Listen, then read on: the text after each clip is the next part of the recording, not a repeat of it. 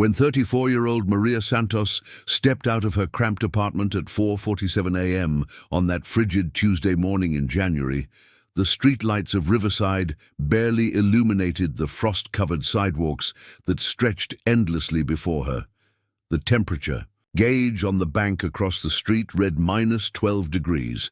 But Maria had learned to ignore such details months ago when her 15-year-old Honda Civic finally surrendered to a transmission failure she couldn't afford to repair. She pulled her second-hand winter coat tighter around her shoulders, checked that her work uniform was properly folded in her backpack, and began the daily journey that had become both her burden and her testament to determination. The walk from Riverside's low-income housing district to the gleaming corporate towers of downtown Phoenix would take her exactly 2 hours and 37 minutes at her practiced pace. Maria had timed it obsessively during her first week of employment at Meridian Financial Services, calculating rest stops, traffic light delays, and weather contingencies with the precision of someone whose entire livelihood depended on arriving at her desk by 8 a.m. sharp. She had never been late, not once in 8 months of employment, though the cost of maintaining that record was written in the worn soles of her shoes and the chronic ache in her lower back that reminded her daily of the shrapnel wound she'd received in Afghanistan. As Maria began her trek down Riverside Avenue, passing the closed storefronts and empty parking lots that marked her neighborhood's economic reality, she mentally reviewed the day's priorities. Tuesday meant processing the monthly compliance reports for 3 separate departments, a task that required her to cross-reference hundreds of regulatory documents with corporate policy statements. It was detail-intensive work that most of her colleagues found tedious, but Maria approached it with the same methodical attention she had once applied to managing supply logistics for a forward operating base in Kandahar province. The skills weren't so different, really. Both required absolute accuracy, both carried consequences for failure, and both demanded the ability to maintain focus despite exhaustion. 15 miles across town, in the executive suite of Meridian Financial Services' 32nd floor, CEO Jonathan Mitchell was experiencing his own version of early morning routine, though his challenges bore little resemblance to Maria's daily ordeal. Mitchell stood before the floor-to-ceiling windows of his corner office, sipping Ethiopian coffee from a hand-thrown ceramic mug, while reviewing overnight market reports on his tablet. At 42, he had built Meridian from a small regional firm into one of Arizona's largest independent financial services companies, a success that afforded him luxuries he had once only imagined: the penthouse office, the Tesla Model S in reserved parking, the vacation home in Sedona, where he spent weekends mountain biking and contemplating expansion strategies. But success had also brought complications that troubled Mitchell's sleep and dominated his waking thoughts. Federal regulators were conducting an intensive audit of Meridian's compliance procedures, focusing on the kind of detailed documentation work that could make or break the company's reputation and future licensing. The audit team had already identified several areas of concern, gaps in documentation that could result in substantial fines or worse.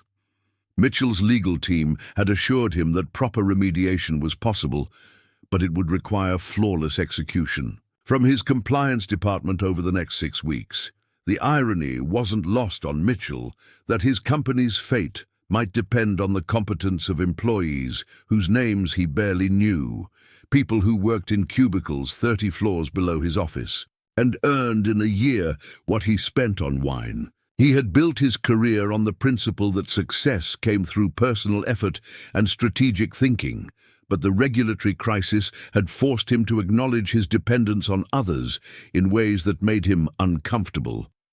If the compliance department failed to meet the audit requirements, his decade of building Meridian could collapse in a matter of months. Maria's route took her past the 24-hour diner where she had once worked weekend shifts to supplement her income. past the community college where she had earned her business degree through night classes funded by military education benefits, past the bus stops where other early morning commuters waited for transportation she couldn't afford. The pre-dawn darkness provided a kind of anonymity that Maria appreciated, allowing her to move through the city without drawing attention to her circumstances or explaining her presence on sidewalks where pedestrians were rare. The physical demands of the daily walk had initially seemed insurmountable. During her first week of employment, Maria had arrived at work with blisters that made it difficult to concentrate and muscle cramps that reminded her of the worst days of basic training. But her body had adapted with the resilience learned through military service, and she had developed strategies for managing the journey's challenges. She carried energy bars and water bottles, planned rest stops at gas stations with clean restrooms, and listened to audiobooks borrowed from the public library to make the time pass more productively. What outsiders might view as hardship, Maria had reframed as opportunity. The daily walk provided her with 2.5 hours of uninterrupted time for learning and reflection, time she used to study industry regulations, practice Spanish vocabulary, and think through complex work problems. Without the distractions of office politics or deadline pressure, she had memorized entire sections of federal banking compliance codes during these walks, knowledge that made her more effective at her job than colleagues with more formal education but less practical understanding. The regularity of Maria's routine had made her invisible to most observers, just another figure moving through the urban landscape during hours when few people paid attention to pedestrian traffic. But patterns that persist long enough eventually attract notice, and Maria's daily journey was about to intersect with circumstances that would transform her from anonymous employee to the center of corporate attention she had never sought and wasn't sure she wanted. Mitchell's morning routine included a drive through downtown Phoenix that took him past the various business districts where Meridian maintained relationships with clients and vendors. He enjoyed the early morning energy of a city awakening to commerce, the sense of participating in economic activity that created jobs and generated prosperity. His route varied depending on meetings and appointments, but Tuesday mornings typically brought him downtown via the arterial roads that connected Phoenix's residential areas with its financial district. On this particular Tuesday, Mitchell found himself running earlier than usual, having awakened at 4:30 a.m. with anxiety about the federal audit and decided that productivity was preferable to restless sleep. He had already reviewed 3 compliance reports and 2 market analyses before leaving his Scottsdale home, and his drive to the office would give him additional time to mentally prepare for a day that would include meetings with his legal team, his compliance director, and representatives from the federal audit team. As Mitchell drove south on Central Avenue, approaching the intersection where downtown Phoenix began to give way to older residential neighborhoods, his attention was caught by a figure walking alone on the sidewalk ahead.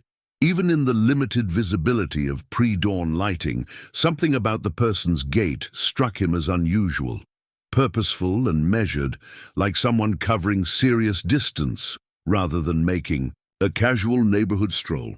Mitchell slowed his Tesla and glanced more carefully at the pedestrian, noting the heavy backpack and the steady pace that spoke of practiced routine rather than recreational exercise. The figure was a woman, Mitchell realized, walking with the kind of determined efficiency that suggested this was not a casual morning constitutional, but serious transportation.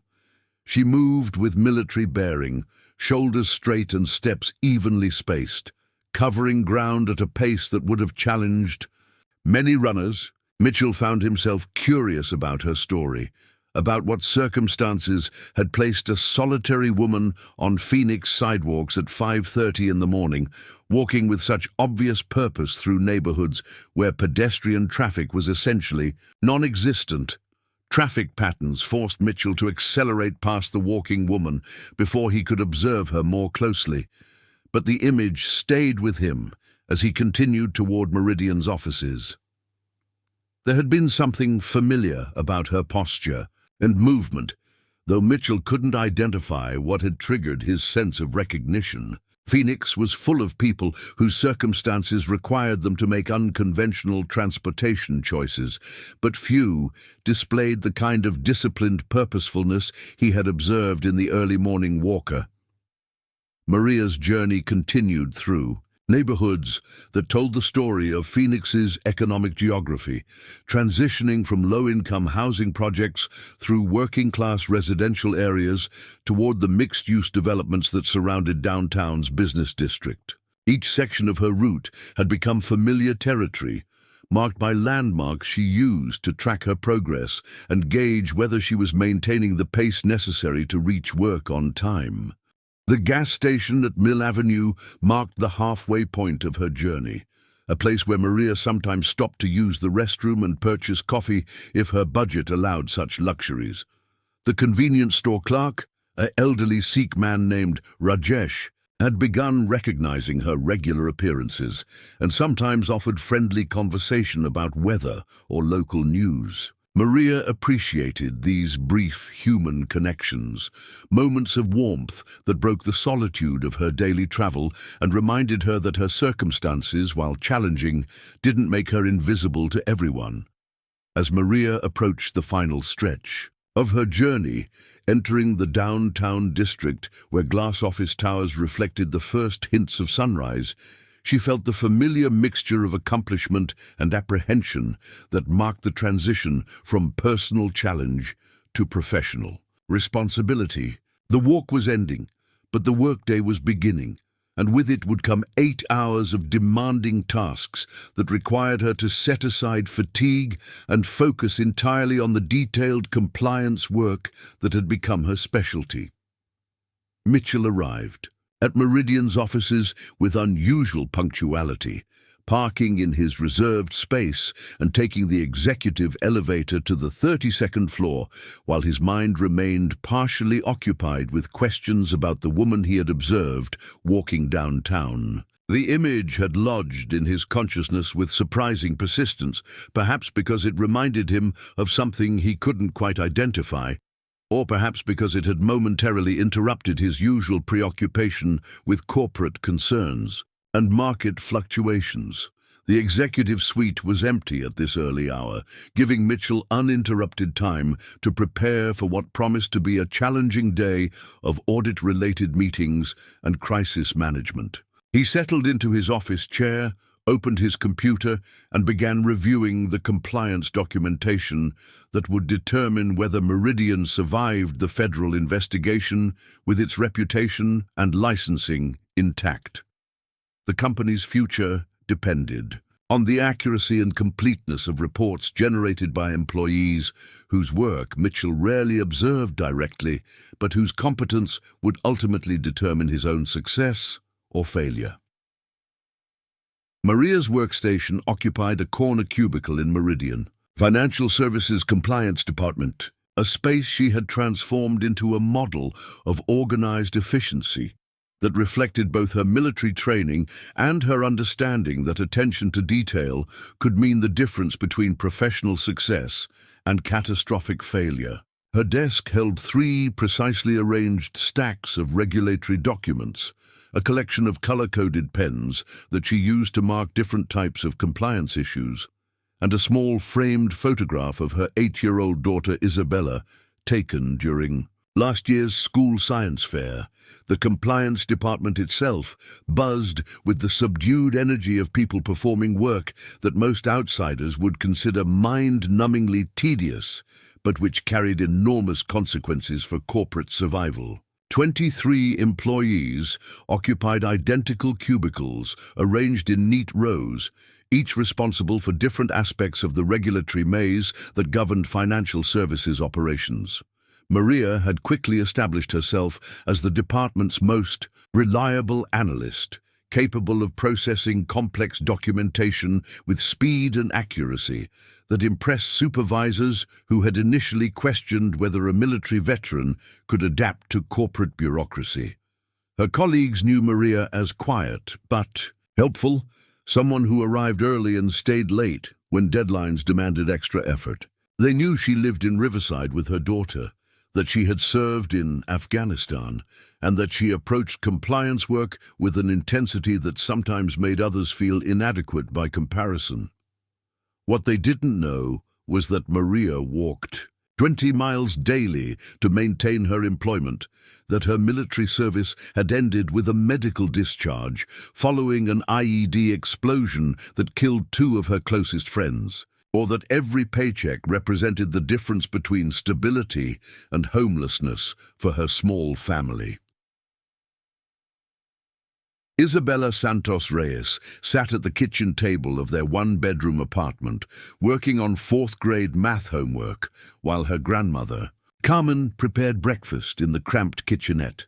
At 62, Carmen had raised 5 children of her own, before circumstances required her to help raise her granddaughter, while Maria worked to rebuild their lives following her military discharge and subsequent divorce. The arrangement worked because Carmen's Social Security check covered basic utilities, while Maria's salary paid rent and groceries, but the margin for error was thin enough that any disruption could destabilize everything they had managed to construct. Carmen watched Isabella struggle with long division problems and felt the familiar weight of worry that had become her constant companion since Maria began the daily walking routine 8 months earlier. She understood why her daughter couldn't afford car repairs on a compliance analyst's salary, understood that public transportation from Riverside to downtown Phoenix was unreliable and time-consuming, understood that Maria's pride and work ethic wouldn't allow her to ask for help or make excuses about punctuality.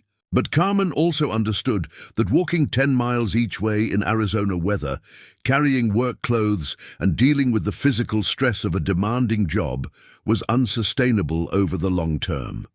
"Maya," Carmen said to Isabella in Spanish, "your mama works very hard to take care of us. When she comes home tonight, we need to make sure everything here is peaceful and happy for her." Isabella nodded seriously, understanding that her mother's job was important, even if she didn't fully comprehend the daily sacrifice required to maintain it. She had noticed that Maria sometimes limped slightly when she thought no one was watching, had seen her soaking her feet in warm water after particularly difficult days, had heard the quiet conversations between her mother and grandmother about money and transportation and the constant balancing act required to make their lives work. The federal audit team had established a temporary command center in Meridian's 14th floor conference room, transforming the space into a fortress of documents, laptops, and legal pads that represented the government's systematic examination of 8 years of corporate compliance practices. Lead auditor Sarah Chen, a career regulator with 15 years of experience investigating financial services firms, had already identified several areas where Meridian's documentation practices fell short of federal requirements.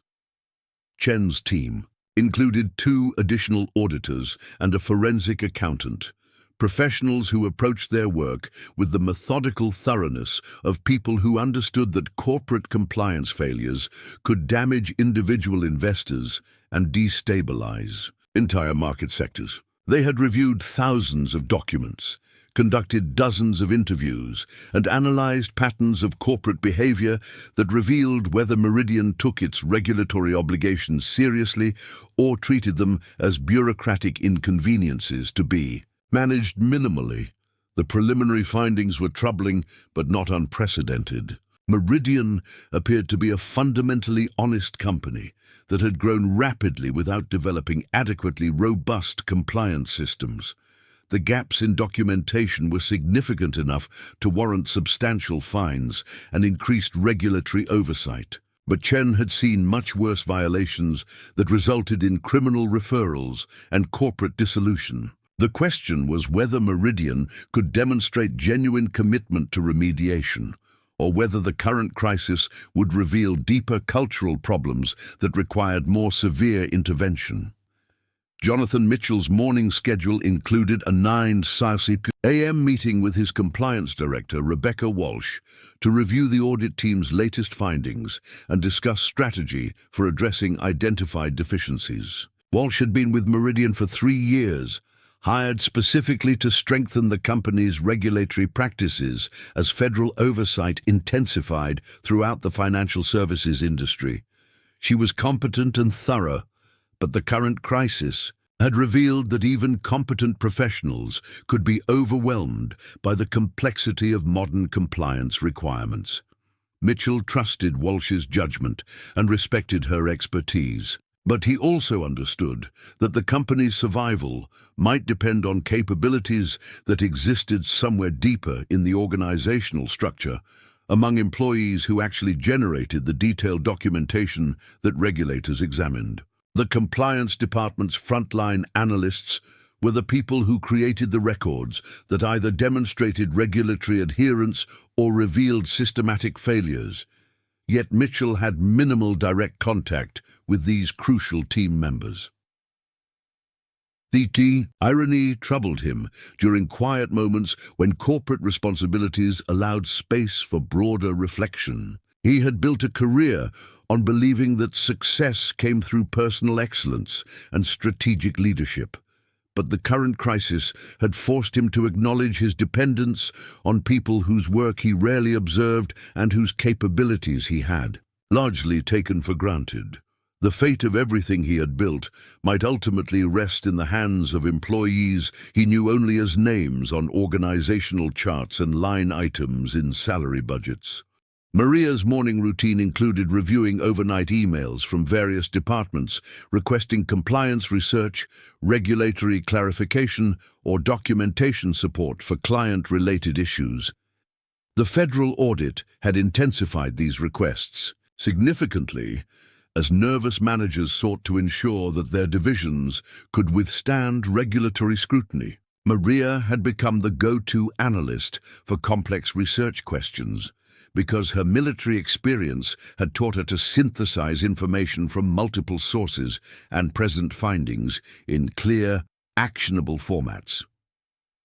Today's email queue included 7 urgent requests, each requiring her to cross-reference current corporate practices with evolving federal regulations and provide written recommendations that could influence significant business decisions. The work demanded sustained concentration and extensive knowledge of regulatory precedents, capabilities that Maria had developed through months of intensive study during her daily walks and evening research sessions after Isabella went to bed. Her colleagues often expressed amazement at Maria's ability to locate obscure regulatory guidance and explain complex compliance requirements in plain English, but they attributed her expertise to natural intelligence rather than understanding. The extraordinary effort she invested in continuous learning. Maria's walk to work each morning included 2 audiobooks about financial regulation.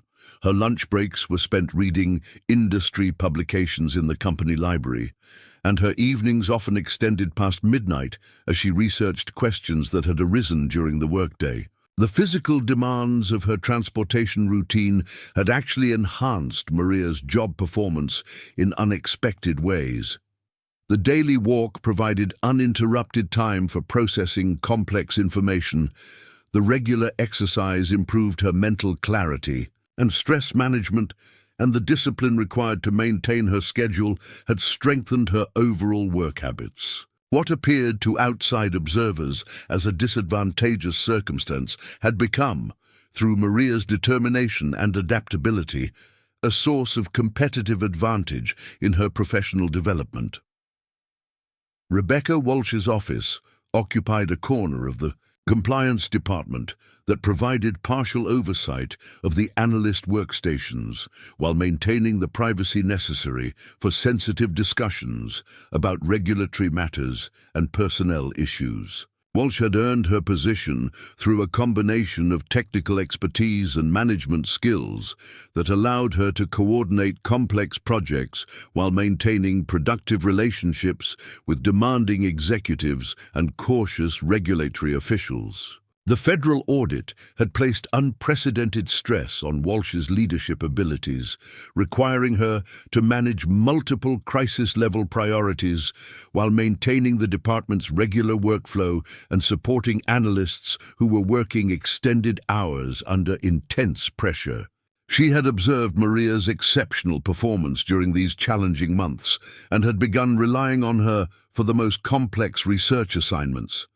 But Walsh had never inquired about Maria's personal circumstances or transportation arrangements. Like most managers focused on deliverable outcomes rather than employee logistics, Walsh assumed that Maria's consistent punctuality and reliable performance indicated stable personal circumstances and adequate support systems. The possibility that one of her most valuable analysts was walking 20 miles daily to maintain employment had never occurred to Walsh, partly because Maria's professional demeanor revealed nothing about her personal challenges, and partly because such extreme circumstances seemed incompatible with the level of job performance Maria consistently demonstrated. The morning's compliance team meeting included updates on audit progress, assignment of new research priorities, and discussion of documentation standards that would govern the department's work for the remainder of the federal investigation. Maria listened carefully to these discussions while taking detailed notes, understanding that her individual contributions could significantly influence the company's regulatory standing and long-term viability. When Walsh assigned Maria responsibility for researching precedents related to client communication documentation, a particularly complex area where Meridian's practices had drawn regulatory criticism, Maria accepted the assignment with quiet confidence, despite knowing that it would require additional evening research and potentially longer workdays. Her military training had taught her that mission success often depended on individuals who were willing to exceed normal expectations when circumstances demanded extraordinary effort. As the meeting concluded and analysts returned to their workstations, Maria began organizing the resources she would need for the new research assignment, unaware that her daily routine was about to intersect with executive attention in ways that would transform her anonymous competence into corporate visibility.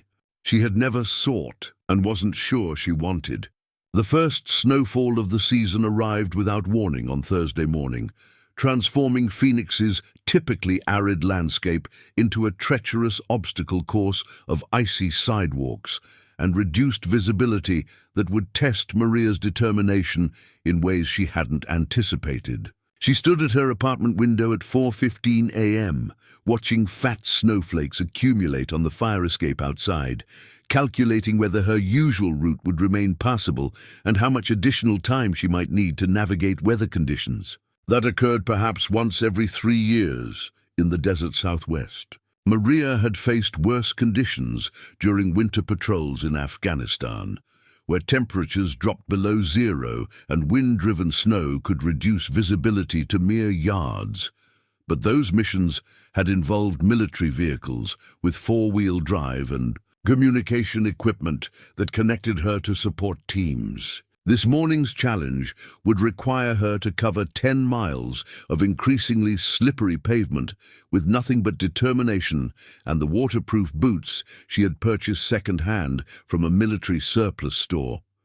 She dressed in layers that would provide warmth during the early stages of her walk while allowing her to shed clothing as physical exertion raised her body temperature, a strategy learned through years of military training in diverse climate conditions. Her backpack contained plastic bags to protect her work clothes from moisture, emergency energy bars in case the weather slowed her pace significantly, and the small flashlight she carried during winter months when darkness extended well into her commute. The decision to attempt the walk, despite dangerous conditions, wasn't really a choice at all. Maria had never missed a day of work due to weather, and her attendance record was one of the few professional advantages she possessed in a job market that often favored candidates with more conventional credentials and fewer personal complications. Missing work would require her to use sick leave she couldn't afford to lose, would potentially disappoint supervisors who had come to depend on her reliability, and might raise questions about her circumstances that she preferred to keep private. Jonathan Mitchell woke to the sound of his home's heating system working overtime against the unexpected cold front, a mechanical reminder that even successful people weren't entirely insulated from nature's unpredictability. He checked weather reports on his phone while brewing coffee, noting that the National Weather Service had issued warnings about hazardous driving conditions and recommending that commuters delay non-essential travel until road crews could treat icy surfaces. The snowfall represented more than just inconvenience for Mitchell. It introduced complications into what was already shaping up to be one of the most critical weeks in Meridian's corporate history. The federal audit team was scheduled to present preliminary findings on Friday, and Mitchell's legal advisors had warned him that the next 72 hours would largely determine whether the company emerged from regulatory scrutiny with manageable penalties or faced sanctions that could threaten its continued operation. Despite the weather warnings, Mitchell knew he needed to reach the office early for emergency planning sessions with his executive team. The audit timeline couldn't accommodate weather delays, and regulatory officials weren't likely to show much sympathy for corporate inconvenience caused by natural phenomena. He would drive carefully, leave extra time for the commute, and hope that key personnel would demonstrate similar commitment to maintaining critical operations despite challenging conditions. As Mitchell prepared to leave his heated garage in a vehicle equipped with all-weather tires and advanced traction control systems, it never occurred to him that some of his employees might be facing far more serious transportation challenges, or that the dedication he took for granted from his workforce might involve daily sacrifices he couldn't imagine from his position of executive privilege. Maria's first steps onto the snow-covered sidewalk confirmed her concerns about the morning's difficulty. The thin layer of ice beneath the snow created treacherous footing that required constant attention to balance and placement of each step. Her usual brisk pace would be impossible under these conditions. She would need to move more slowly and carefully, while somehow maintaining the overall timing that would get her to work before the 8 a.m. deadline.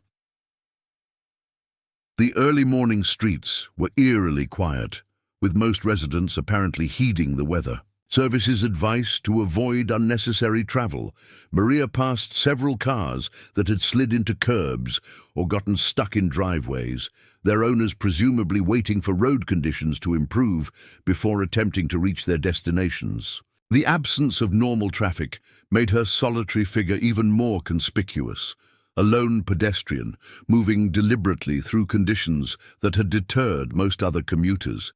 By the time Maria reached the halfway point of her journey, her clothing was soaked through from falling snow and her feet were numb despite the insulated boots.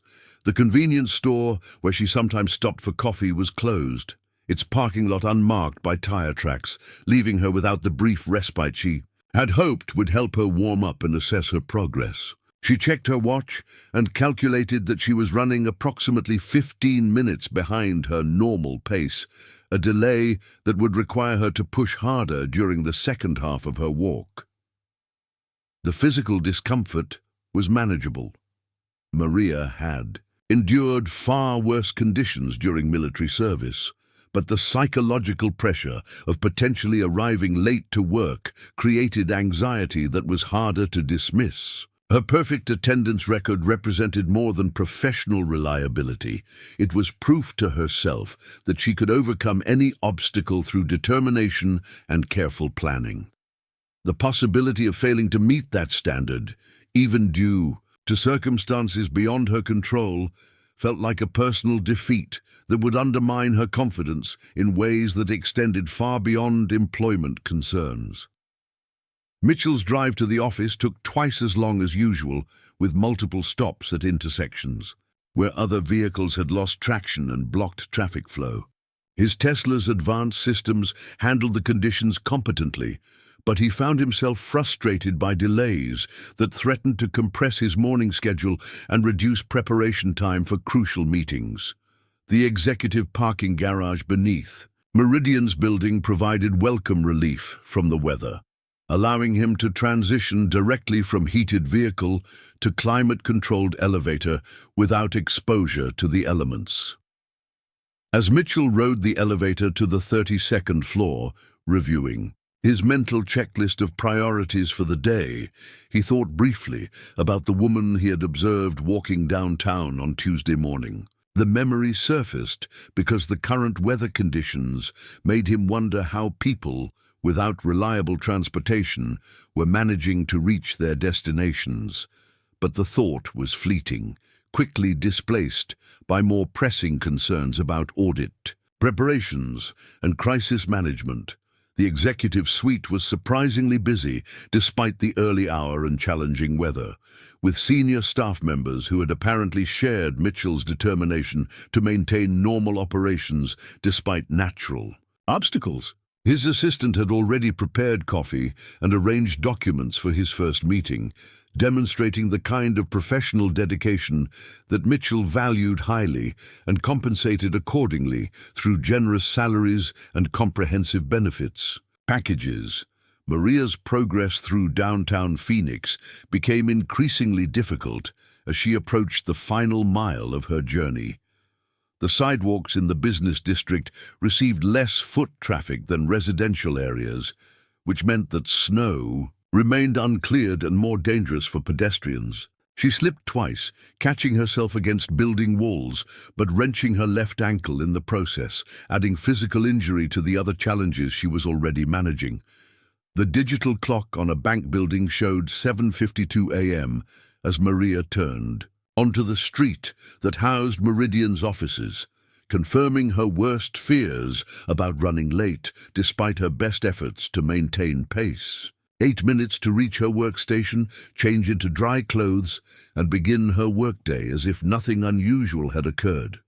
The task seemed impossible, but Maria had learned during military service that impossible tasks sometimes became possible. Through refusal to accept failure as an option, she broke into an awkward half-run, half-walk that sent sharp pains through her injured ankle while allowing her to cover the remaining distance more quickly. Her backpack bounced against her soaked jacket. Her breath came in visible puffs that created brief clouds in the cold air, and her waterproof boots splashed through puddles of slush that had formed where building heating systems accumulated. Snow! Mitchell stood at his office window, sipping coffee while reviewing market reports on his tablet when movement on the street below caught his attention. A lone figure was moving rapidly along the sidewalk toward Meridian's building. Someone walking with obvious urgency, despite weather conditions that had deterred most other pedestrians. The person appeared to be carrying a heavy backpack and was clearly struggling with difficult footing, but maintained forward progress with determined persistence that struck Mitchell as remarkable under the circumstances. Something about the figure's gait and posture seemed familiar, triggering the same sense of recognition Mitchell had experienced earlier in the week when observing the early morning walker on Central Avenue. The person moved with military bearing, despite obvious physical discomfort, covering ground efficiently while navigating obstacles that would have stopped less determined individuals. Mitchell found himself curious about the story behind such extraordinary dedication to reaching a destination despite prohibitive conditions. As the figure approached Meridian's building entrance, Mitchell realized with surprise that it was a woman, someone who appeared to be wearing business attire beneath winter outerwear that was clearly inadequate for current weather conditions. She moved with the focused intensity of someone racing against a deadline, and as she reached the building's front door, Mitchell caught a glimpse of her face illuminated by the entrance lighting. The recognition hit him like a physical shock. The woman struggling through the snow toward his building was Maria Santos, the compliance analyst whose work had been specifically mentioned by Rebecca Walsh during their recent meeting about audit preparations. Walsh had described Maria as exceptionally reliable and thorough, someone whose research capabilities had become invaluable during the current regulatory crisis. But Mitchell was now witnessing firsthand the extraordinary circumstances that Maria had been managing to maintain that professional reliability. Maria disappeared through the building's entrance, leaving Mitchell standing at his window with a growing sense of amazement and concern. He had observed an employee walking 10 miles through dangerous weather conditions to reach work on time, demonstrating a level of personal commitment that challenged his assumptions about workplace dedication and employee circumstances. The image of Maria's determined approach through the snow would remain vivid in his memory, raising questions about corporate responsibility and individual sacrifice that he had never previously considered. In the building's lobby, Maria quickly shed her wet outer layers and changed into the dry work clothes she had protected in plastic bags, transforming herself from weather-beaten pedestrian to professional employee in less than 3 minutes. Her hands shook slightly from cold and exhaustion, but her reflection in the lobby's polished surfaces showed someone who appeared ready for a normal workday, despite the extraordinary effort required to reach that point. The elevator carried Maria to the compliance department with 2 minutes to spare before her official start time, allowing her to reach her workstation and begin reviewing overnight emails as if nothing unusual had occurred. Her colleagues were arriving throughout the morning as weather conditions improved and transportation became more manageable, but none of them would learn about Maria's journey through the storm or the physical price she had paid to maintain. Her perfect attendance record, Maria settled into her workstation chair with the careful precision of someone masking physical discomfort, her damp hair still carrying traces of melted snow and her ankle throbbing with each heartbeat. She opened her computer terminal and began scrolling through the overnight compliance requests, forcing her attention onto regulatory documentation while her body continued processing the stress of the morning's ordeal. Her fingers moved across the keyboard with practiced efficiency, but close observation would have revealed the slight tremor that betrayed lingering effects from her exposure to harsh weather conditions. The familiar rhythm of data analysis provided psychological refuge from the morning's challenges, allowing Maria to immerse herself in the complex regulatory requirements that had become her professional specialty. She pulled up federal banking compliance codes, cross-referenced them with Meridian's current documentation practices, and began drafting responses to questions that had arrived from nervous department managers seeking guidance on audit-related issues. The work demanded complete concentration, which helped distract her from the persistent ache in her ankle and the uncomfortable dampness of clothing that hadn't quite dried despite her careful preparations. What Maria couldn't know was that her morning struggle through the snowstorm had been witnessed by the one person in the building whose reaction would ultimately transform her carefully maintained anonymity into corporate visibility with consequences she couldn't predict. Jonathan Mitchell remained at his office window long after Maria had disappeared into the building, staring at the sidewalk where he had observed her determined approach while processing implications that challenged his fundamental assumptions about employee circumstances and workplace dedication.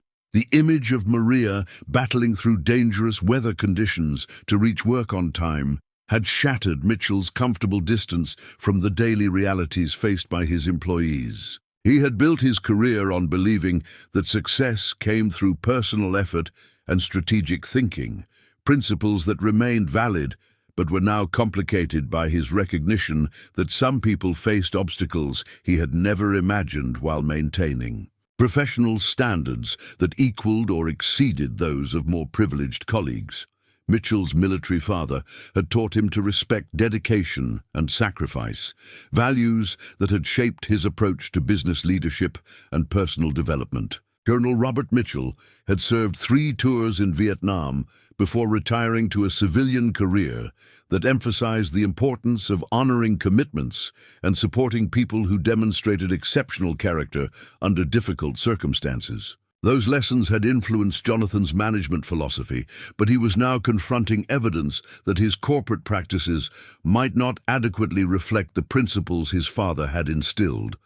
The memory of his father's stories about soldiers who performed extraordinary acts of service despite personal hardship created uncomfortable parallels with what Mitchell had just witnessed. Maria's walk through the snowstorm represented the kind of commitment to duty that his father had described with deep respect. Yet Mitchell had remained unaware of her circumstances, despite being responsible for creating workplace conditions that either supported or hindered such dedication. 3 floors below Mitchell's executive suite, Maria was experiencing a different kind of recognition as her immediate supervisor, Rebecca Walsh, approached her workstation with an expression that mixed concern with professional curiosity. Walsh had noticed Maria's slightly disheveled appearance and the careful way she moved in her chair, details that suggested unusual circumstances, despite Maria's obvious effort to project normal workplace demeanor. "Maria, I wanted to check on how you're managing with the increased workload from the audit," Walsh said, settling into the visitor chair beside Maria's desk while studying her employee's face for signs of stress or fatigue. "I know we've been asking a lot from everyone lately, and I want to make sure you have the support you need to maintain the excellent work you've been producing." The question created internal conflict for Maria, who appreciated Walsh's apparent concern while recognizing that honest answers might lead to discussions about personal circumstances she preferred to keep private. Her military training had taught her to separate personal challenges from professional responsibilities, and she had successfully maintained that separation for 8 months, despite daily obstacles that would have defeated less determined individuals. "I'm managing fine, Ms. Walsh," Maria replied carefully. "The audit work is demanding, but I find the research challenges interesting, and I'm committed to making sure we provide regulators with everything they need to understand our compliance practices."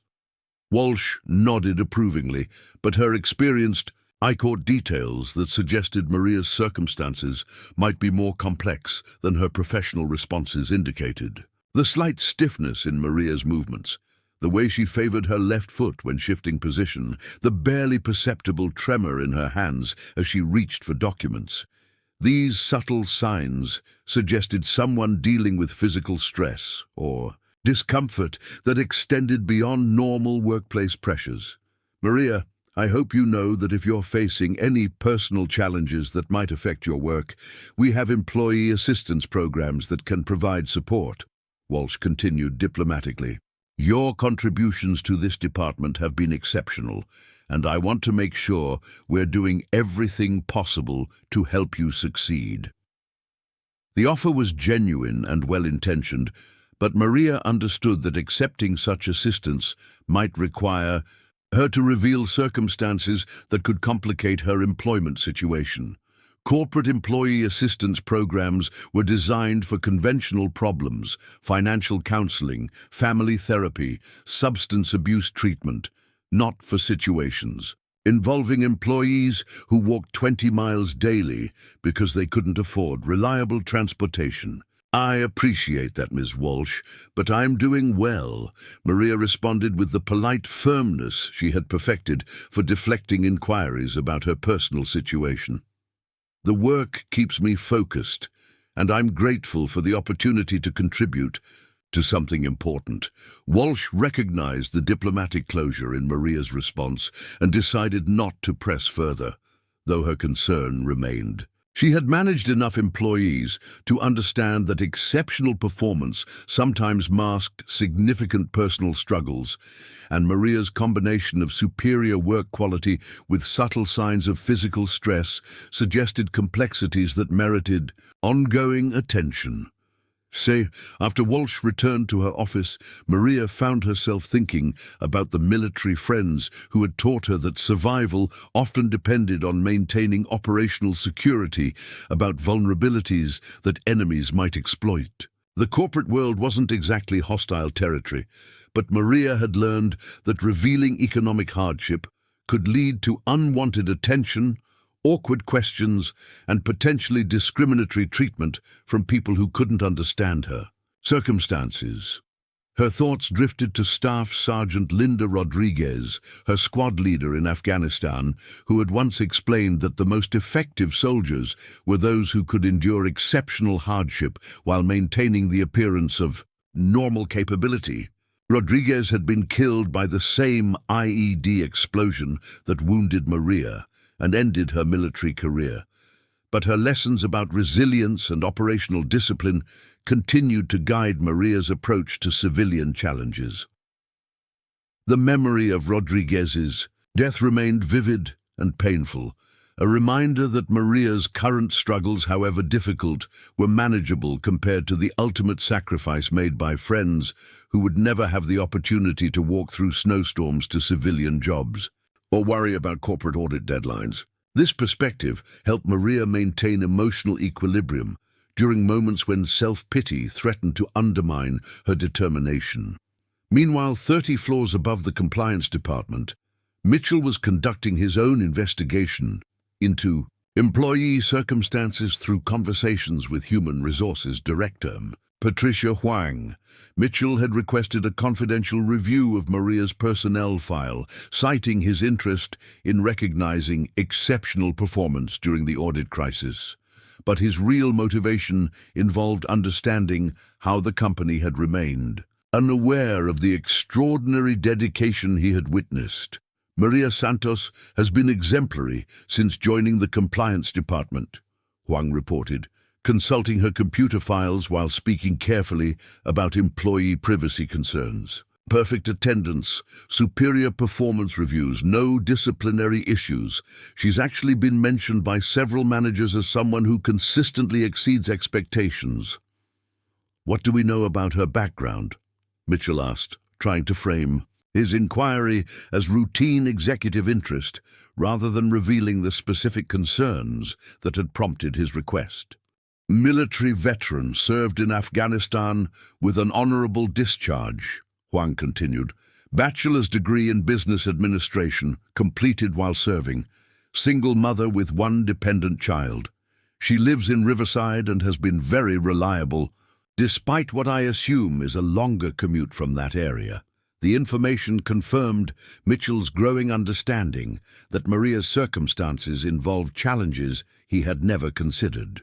Riverside was at least 10 miles from downtown Phoenix, and if Maria was maintaining perfect attendance despite living in low-income housing while supporting a child on a compliance analyst's salary, her transportation situation might involve difficulties that would explain the walking he had observed. Do we have any information about her transportation arrangements? Mitchell asked, pushing the boundaries of appropriate executive inquiry while trying to understand the full scope of what he had witnessed. Huang looked puzzled by the question. Transportation arrangements? I wouldn't typically have information about how employees get to work unless there were specific accommodation requests or problems with attendance. Is there some concern about Ms. Santos? Mitchell realized he was approaching the limits of what he could learn through official channels without revealing his own observations or creating privacy concerns that might complicate Maria's employment situation. He had confirmed that Maria was indeed an exceptional employee, dealing with circumstances that likely involved significant personal sacrifice. But additional investigation would require more direct approaches that might have unintended consequences. No concerns about her performance, Mitchell assured Huang. I'm just trying to understand how we can better support employees who demonstrate exceptional commitment during challenging periods like this audit. The conversation ended with Mitchell having confirmed his suspicions about Maria's circumstances, while raising new questions about corporate responsibility and employee support systems. If Maria was indeed walking to work daily because she couldn't afford reliable transportation, then her perfect attendance and superior performance represented achievements that deserved recognition and assistance rather than being taken for granted as normal employee behavior.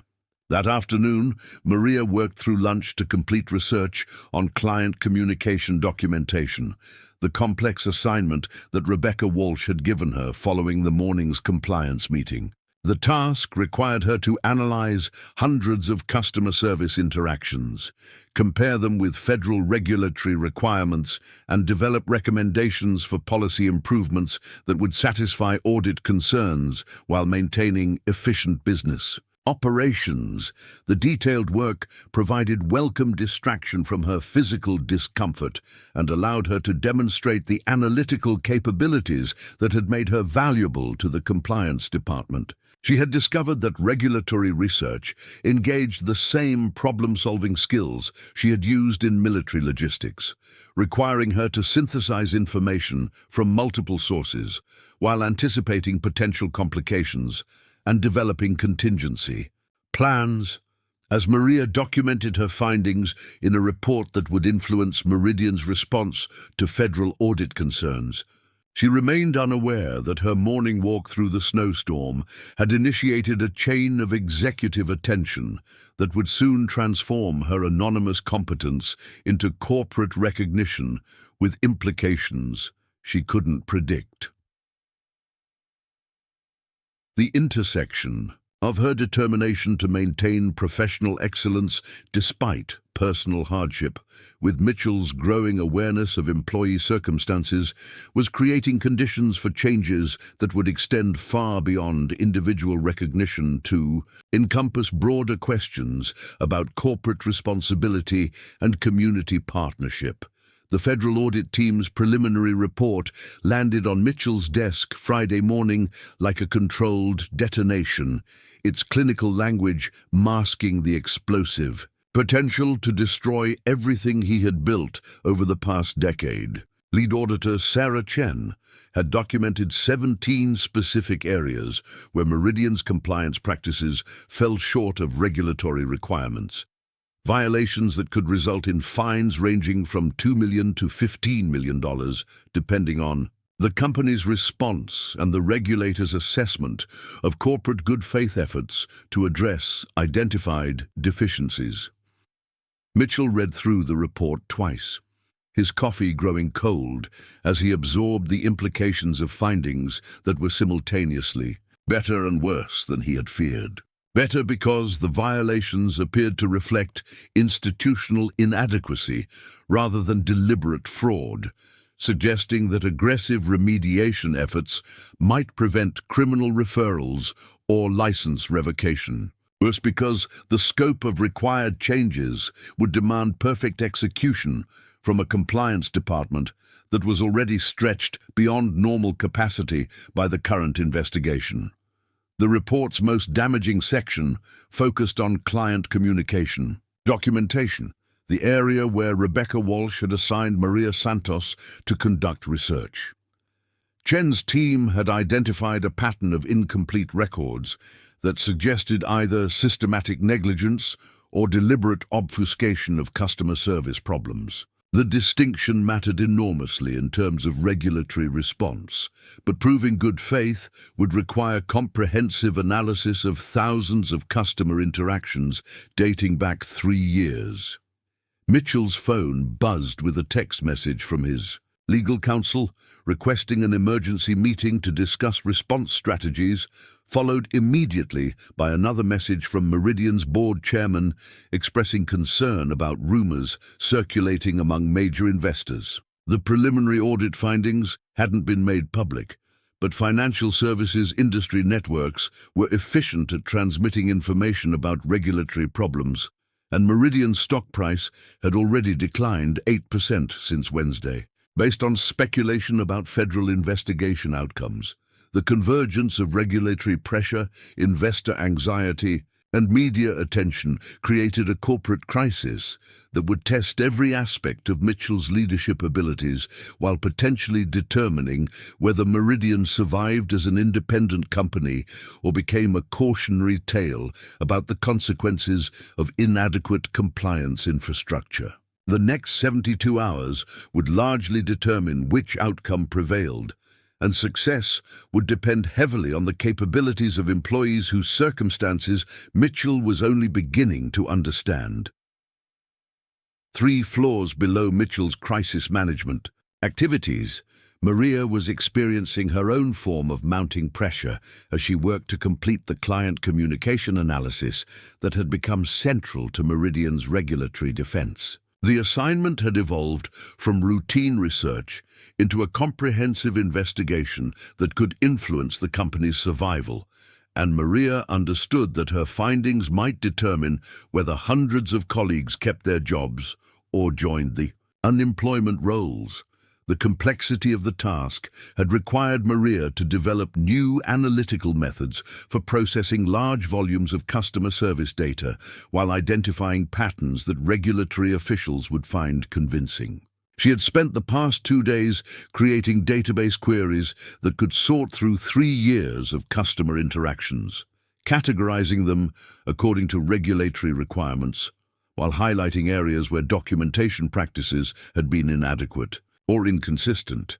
What made the work particularly challenging was Maria's growing awareness that her analysis would need to satisfy both federal auditors seeking evidence of compliance violations and corporate executives hoping to minimize regulatory penalties. The dual audience required her to present findings with scrupulous honesty, while organizing information in ways that supported the most favorable interpretation of corporate practices and intentions.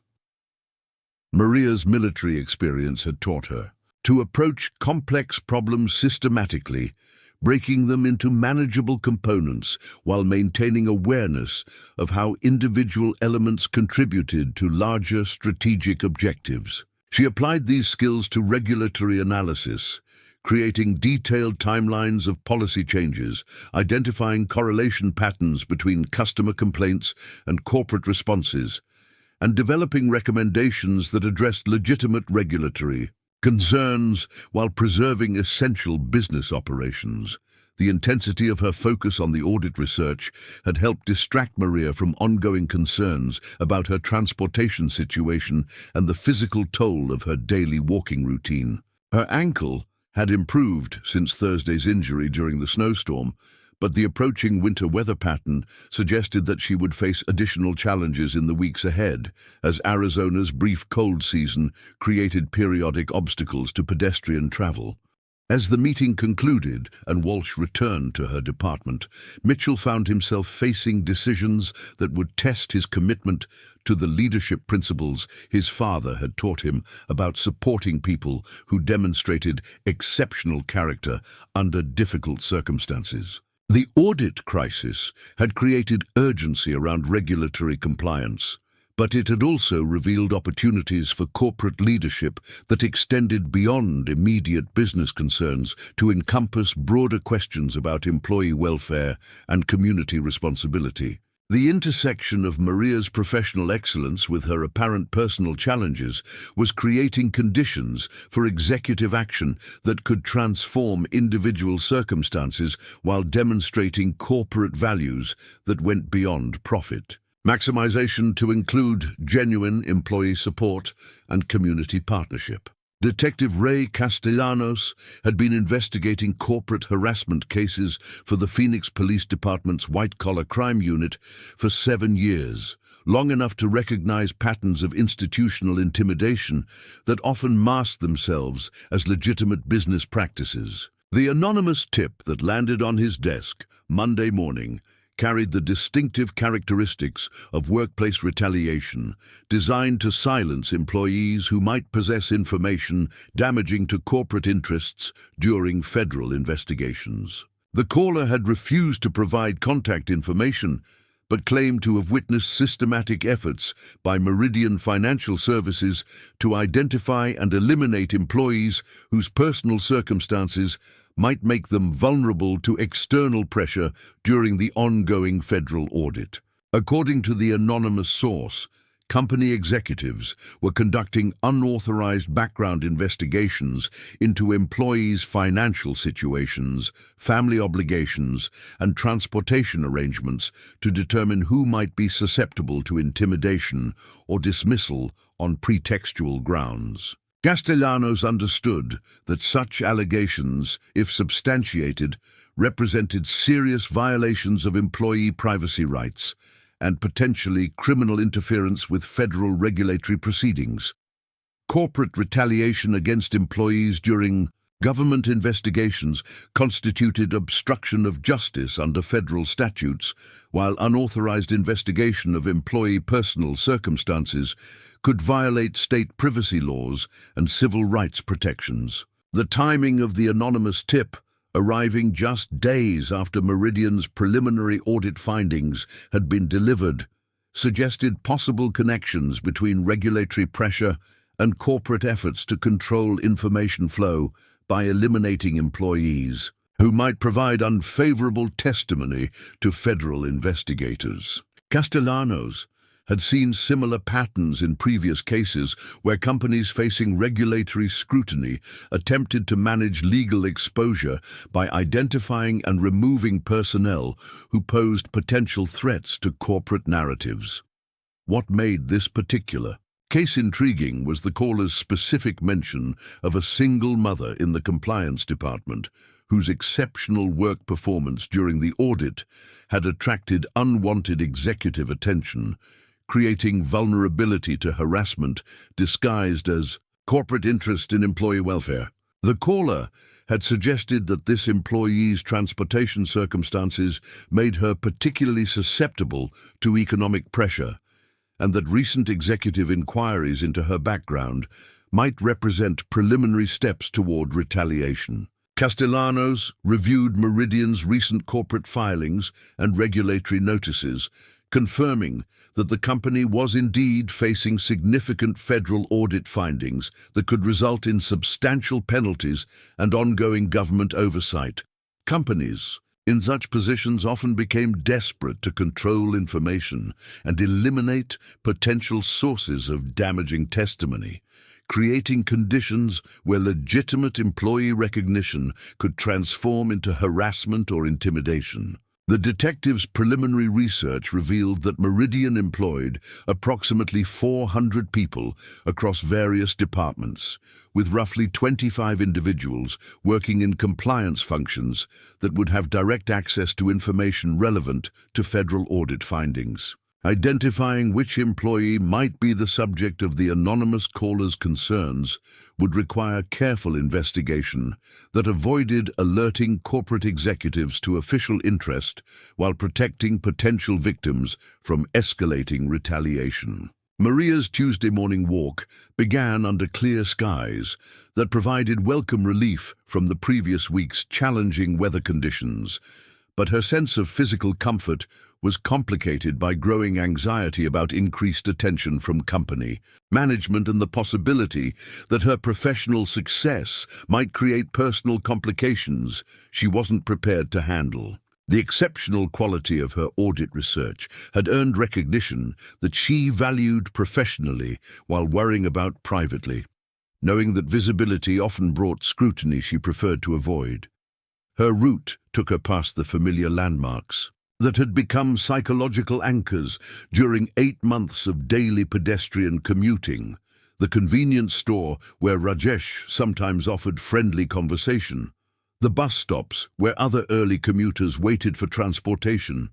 She couldn't afford the intersection where downtown Phoenix began to emerge from residential neighborhoods that told stories of economic struggle and determination. The physical routine of walking had become therapeutic as well as necessary, providing time for processing complex regulatory concepts while managing stress through rhythmic movement that connected her to military training and survival strategies learned during deployment. The daily challenge of covering 10 miles while maintaining professional appearance and punctual arrival had strengthened her confidence in ways that extended beyond transportation logistics to encompass broader questions about resilience and capability. But Maria's growing awareness that her circumstances might be attracting corporate attention created new sources of anxiety that threatened to undermine the psychological benefits of her walking routine. Executive interest could lead to questions.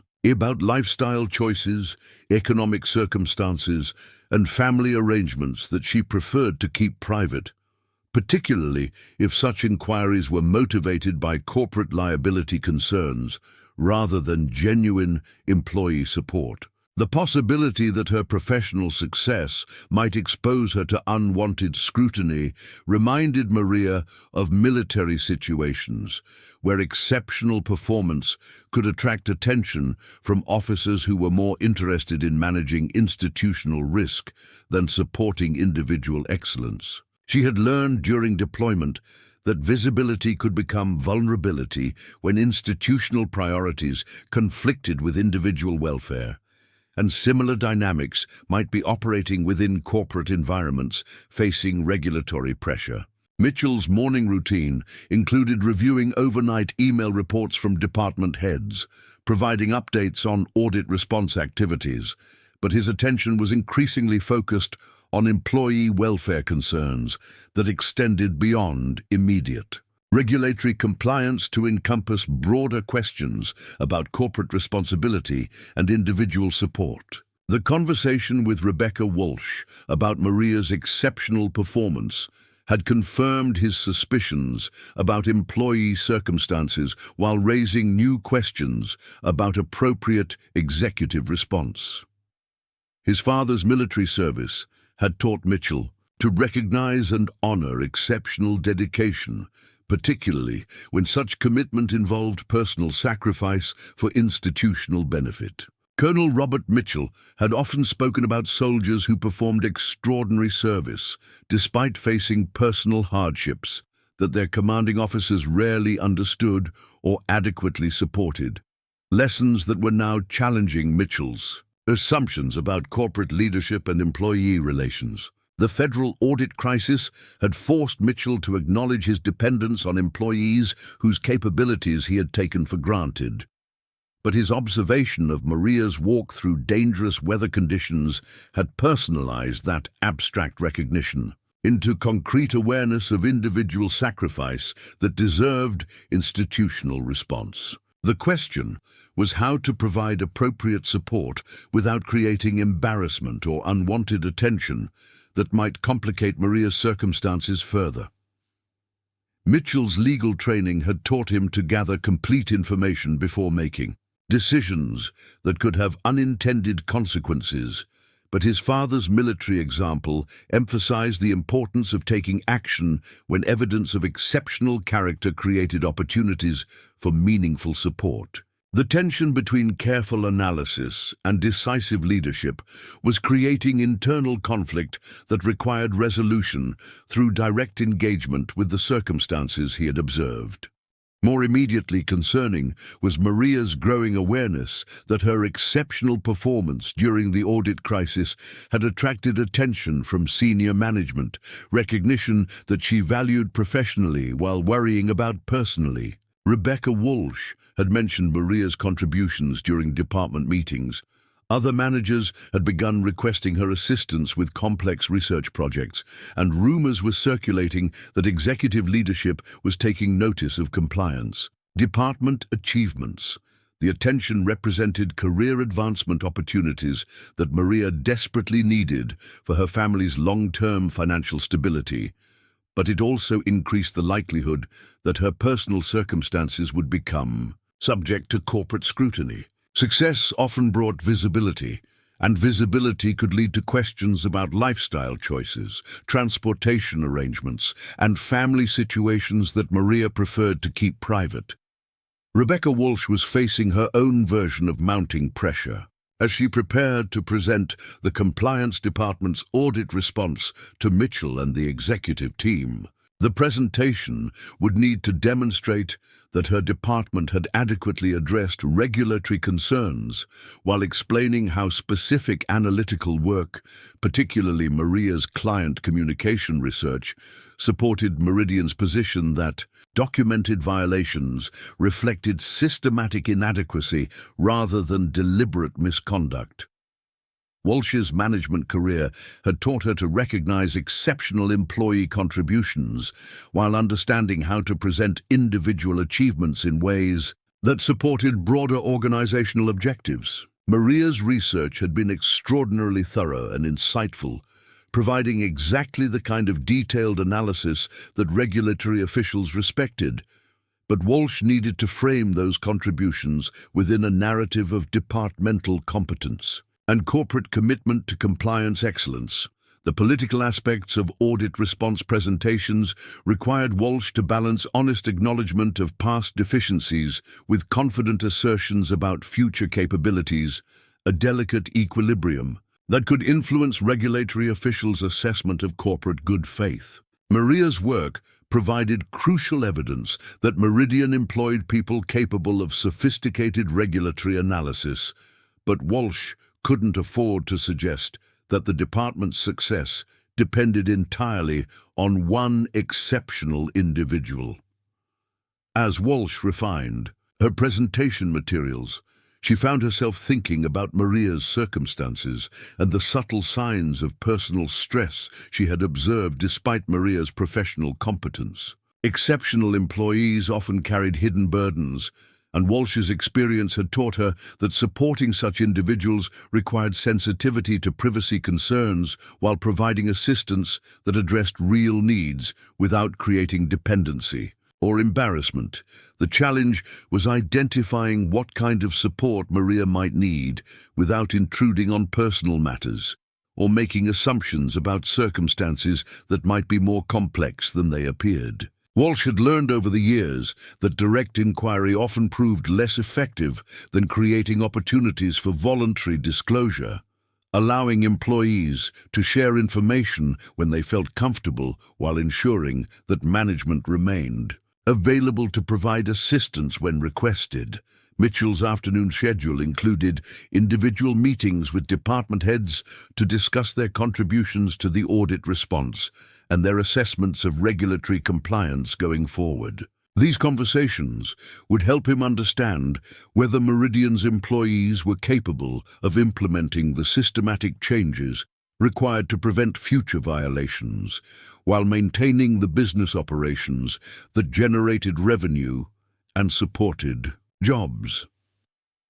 The meeting with Rebecca Walsh was scheduled for 3 p.m., and Mitchell found himself particularly interested in learning more about the compliance department's capabilities and the exceptional research that had been mentioned in several contexts. Walsh's preliminary report suggested that her team had produced analysis of unusual sophistication, work that demonstrated both technical competence and strategic understanding of regulatory requirements. Mitchell's growing awareness of employee circumstances, triggered by his observation of Maria's walk through the snowstorm, had created new questions about how corporate success depended on individual sacrifices that executive leadership rarely observed or acknowledged. The audit crisis had forced him to recognize his dependence on people whose capabilities he had taken for granted, and he was beginning to understand that supporting such employees required more than competitive salaries and standard benefit packages. The afternoon meeting between Mitchell and Walsh took place in the executive conference room, with Walsh presenting detailed findings from her department's audit response, while Mitchell listened carefully for information that would help him understand both immediate regulatory concerns and longer-term organizational capabilities. Walsh's presentation was comprehensive and well-organized, demonstrating that the compliance department had approached the audit systematically while developing recommendations that addressed regulatory concerns constructively. The client communication analysis has been particularly valuable, Walsh reported, consulting her notes while explaining how specific research had supported Meridian's regulatory defense. One of our analysts conducted an exceptionally thorough review that identified patterns we might have missed with conventional approaches. Her findings suggest that our documentation problems reflected inadequate procedures rather than deliberate policy violations. Mitchell leaned forward with interest, recognizing an opportunity to learn more about the exceptional work that might be connected to the employee whose dedication he had witnessed. Can you tell me more about this analysis? What made it particularly effective? Walsh hesitated briefly, aware that her response might focus executive attention on an individual employee, while uncertain about whether such attention would benefit or complicate Maria's circumstances. Maria Santos conducted the research using analytical methods that were more sophisticated than our usual approaches. She has an unusual ability to synthesize complex information and identify patterns that support regulatory compliance while maintaining operational efficiency. Maria Santos, Mitchell repeated, confirming the name while processing the connection between exceptional analytical work and the employee whose morning walk through dangerous weather had challenged his assumptions about workplace dedication. How long has she been with the compliance department? 8 months, Walsh replied. She's been consistently exceptional, actually. Perfect attendance, superior work quality, very reliable despite what I assume are challenging personal circumstances. The phrase challenging personal circumstances caught Mitchell's attention immediately, suggesting that Walsh had observed something about Maria's situation while confirming Mitchell's suspicions that exceptional performance might be masking significant personal difficulties. The intersection of professional excellence with personal hardship was creating a pattern that demanded executive attention and potentially corporate action. What kind of challenging circumstances? Mitchell asked carefully, trying to balance legitimate management interest with appropriate respect for employee privacy. Walsh shifted uncomfortably, recognizing that she was approaching the boundaries of what she could discuss about an employee's personal situation without violating confidentiality. Expectations. I don't have specific information, but I've noticed signs that suggest she might be dealing with stress or difficulties that she manages very professionally. She's never let personal matters affect her work quality, but I sometimes wonder if we could be providing better support. The conversation was revealing exactly what Mitchell had hoped to learn, while raising new questions about how to respond appropriately to information about employee circumstances that might require executive intervention.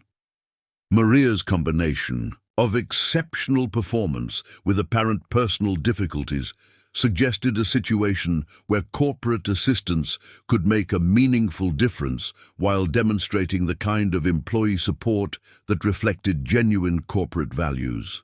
The executive decision to investigate Maria's situation more thoroughly would require delicate balance between legitimate management interest and appropriate respect for employee privacy, a challenge that demanded careful coordination with human resources and legal departments while avoiding actions that might be perceived as harassment or retaliation during ongoing federal proceedings. Rebecca Walsh was experiencing her own version of mounting pressure as she prepared for Wednesday's presentation to federal auditors, a meeting that would largely determine whether Meridian's audit response was accepted as evidence of good faith compliance efforts or rejected as inadequate remediation requiring additional regulatory intervention. The presentation would need to demonstrate comprehensive understanding of identified violations while providing convincing evidence that the company possessed capabilities necessary for preventing future compliance failures. Maria's client communication analysis had become central to Meridian's regulatory defense, providing detailed documentation that supported corporate arguments about institutional inadequacy rather than deliberate misconduct. The quality of her research had impressed Walsh, while creating concerns about whether the compliance department's apparent success depended too heavily on one exceptional individual, whose circumstances might make her vulnerable to external pressure or internal exploitation. Walsh's management experience had taught her to recognize warning signs of employee burnout or personal crisis, and she had observed subtle indicators suggesting that Maria might be managing difficulties that extended beyond normal workplace stress. The combination of exceptional performance with apparent personal challenges created situations where corporate support could make meaningful differences while demonstrating genuine commitment to employee welfare rather than mere performance. Management. The challenge was providing appropriate assistance without intruding on privacy or making assumptions about circumstances that might be more complex than they appeared, particularly during a period when any unusual corporate attention to individual employees might be perceived as pressure or retaliation by federal investigators monitoring company behavior during ongoing audit proceedings. Walsh's afternoon schedule included a private meeting with Maria to review final preparations for the audit presentation, a conversation that would provide opportunities for assessing her employees' welfare while ensuring that crucial research was properly organized for regulatory review. The meeting would require careful balance between professional focus and personal concern, allowing Walsh to offer support without creating additional stress during an already challenging period. Detective Castellanos' investigation into the anonymous harassment allegations required careful coordination with federal audit officials to ensure that local police activities didn't interfere with ongoing regulatory proceedings while protecting potential victims from corporate retaliation. His preliminary research had identified several compliance department employees who might match the anonymous caller's description, but determining which individual was the subject of alleged executive attention would require discreet inquiry that avoided alerting corporate management to official interest. Preparing and narrating this type of story took us long efforts and hard work. So if you are enjoying the story, please consider subscribing to our channel. The detective's experience with corporate harassment cases had taught him that companies facing regulatory pressure often engaged in subtle forms of employee intimidation that were difficult to document but effective at suppressing cooperation with government investigations. Such tactics typically involved increased scrutiny of personal circumstances, implied threats to job security, and strategic isolation from supportive colleagues, creating conditions where employees felt pressured to limit their cooperation with regulatory officials.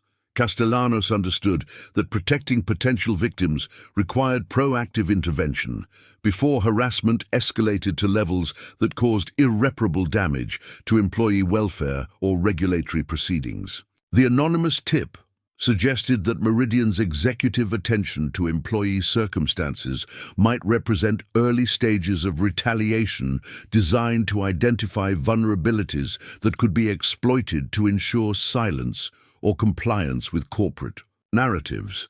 The investigation would need to proceed carefully to avoid compromising federal audit activities while gathering evidence that could support criminal charges if corporate harassment was indeed occurring.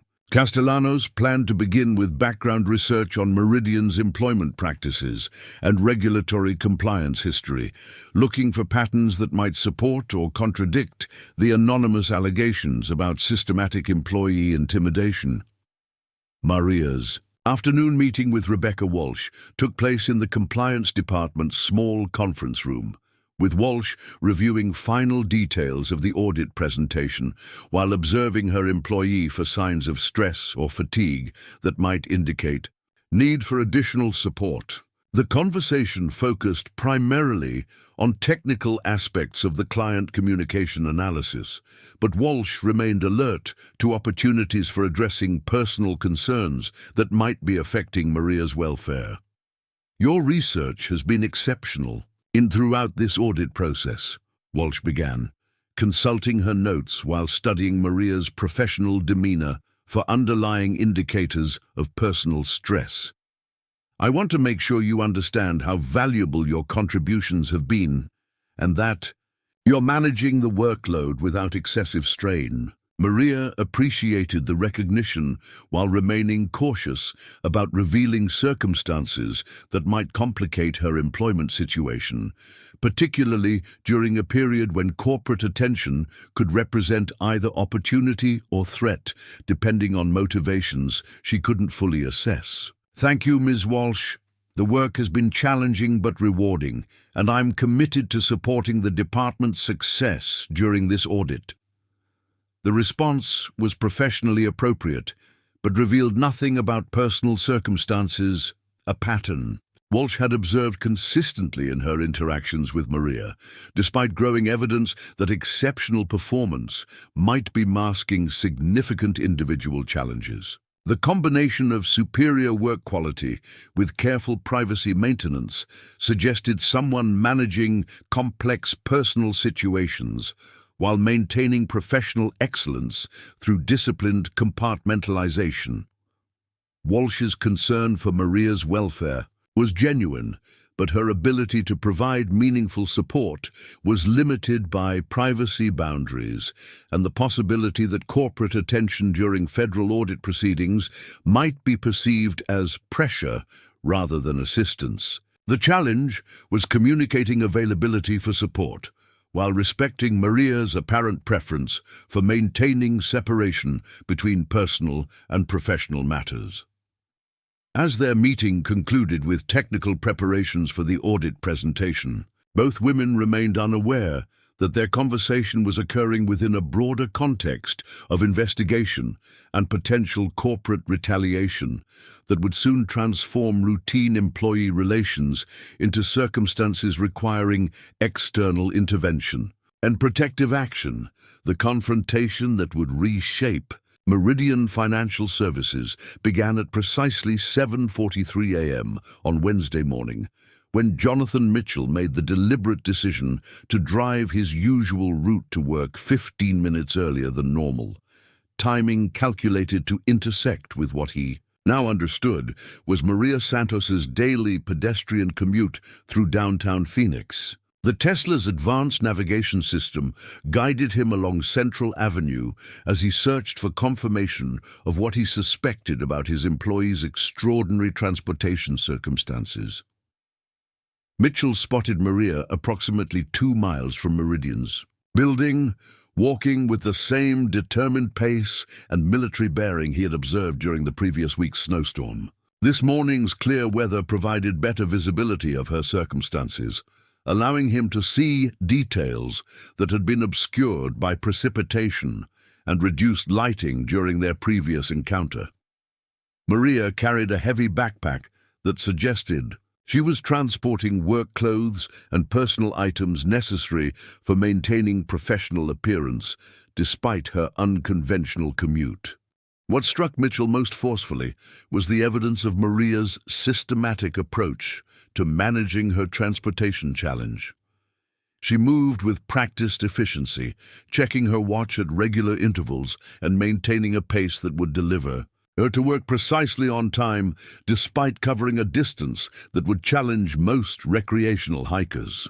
Her posture and gait demonstrated military training adapted to civilian necessity, transforming personal hardship into disciplined routine that enabled professional success.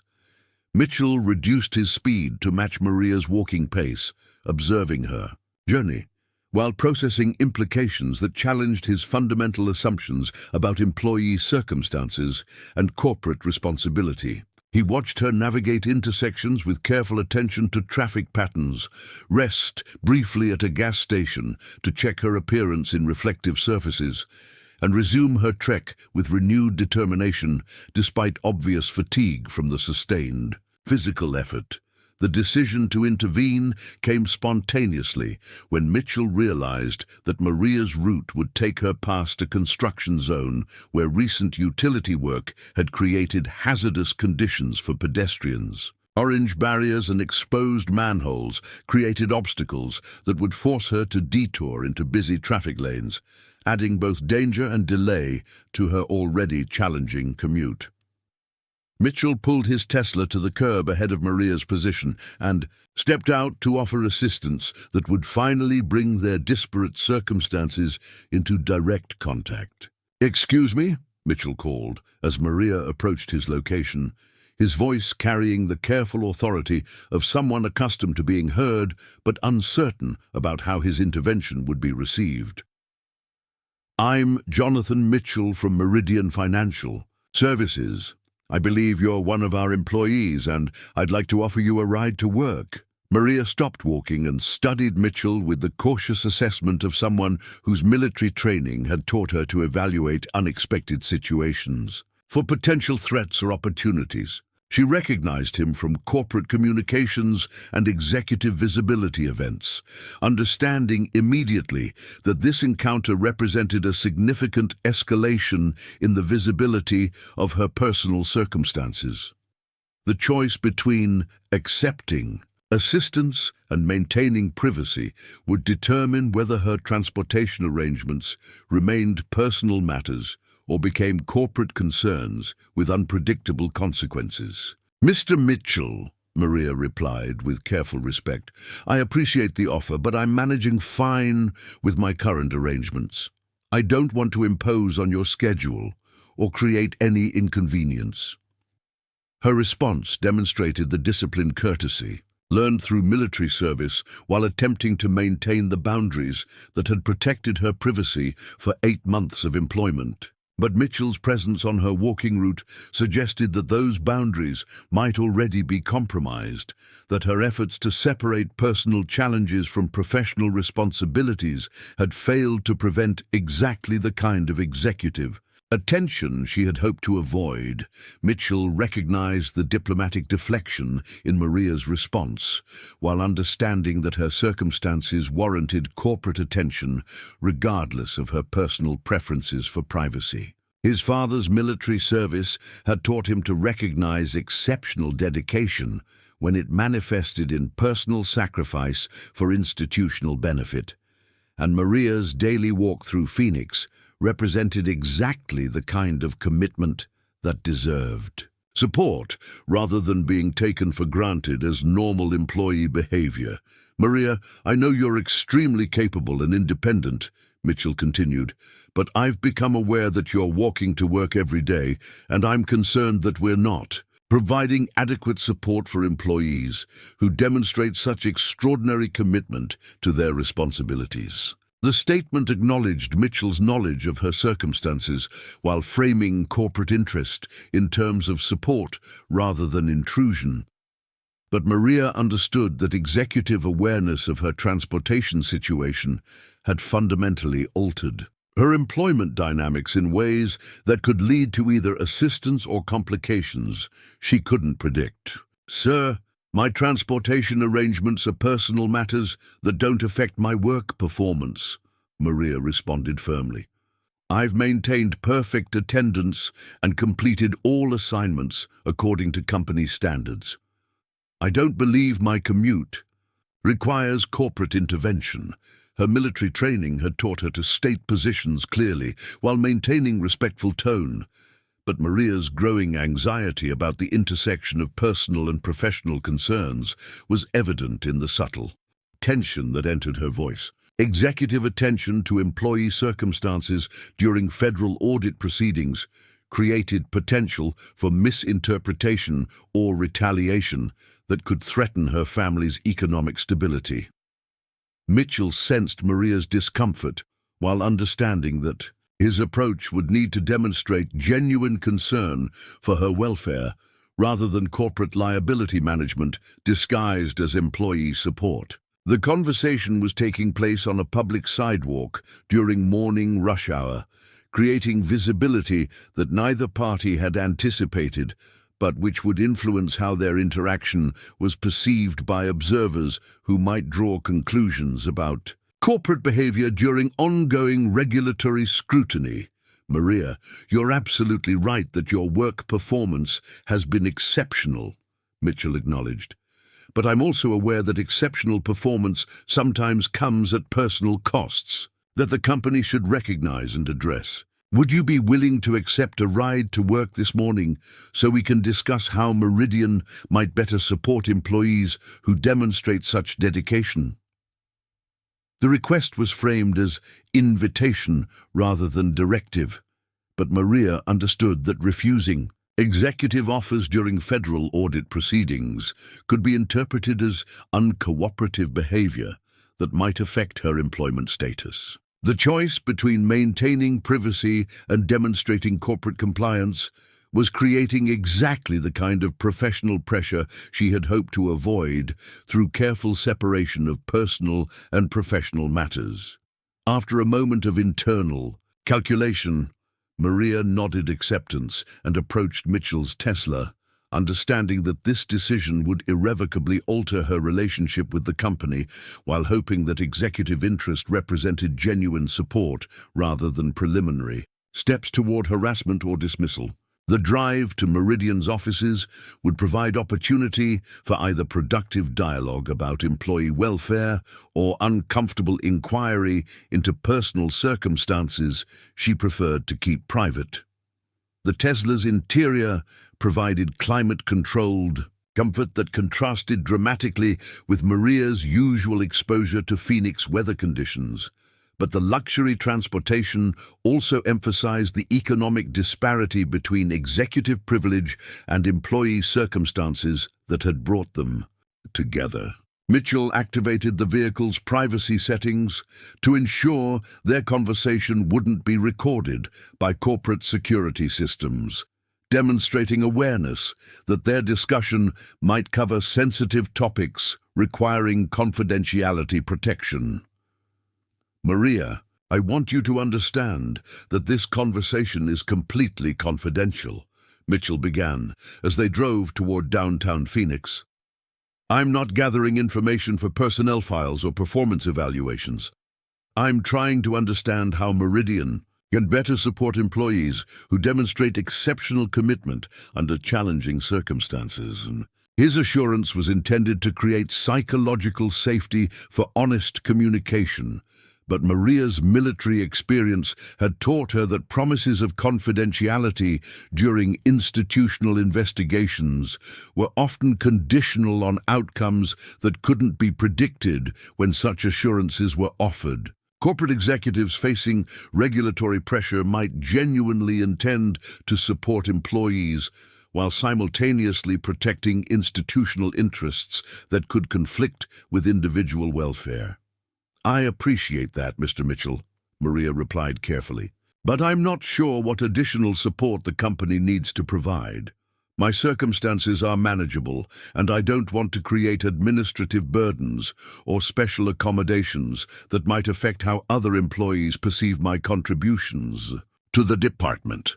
The expanded responsibilities of Maria's new position included coordinating between Meridian's executive leadership and Phoenix area organizations, providing services to military veterans, working families, and individuals facing transportation or housing challenges. Her first major project involved establishing partnerships with local transit authorities to create employee transportation programs that would benefit other working parents while reducing corporate turnover and absenteeism costs.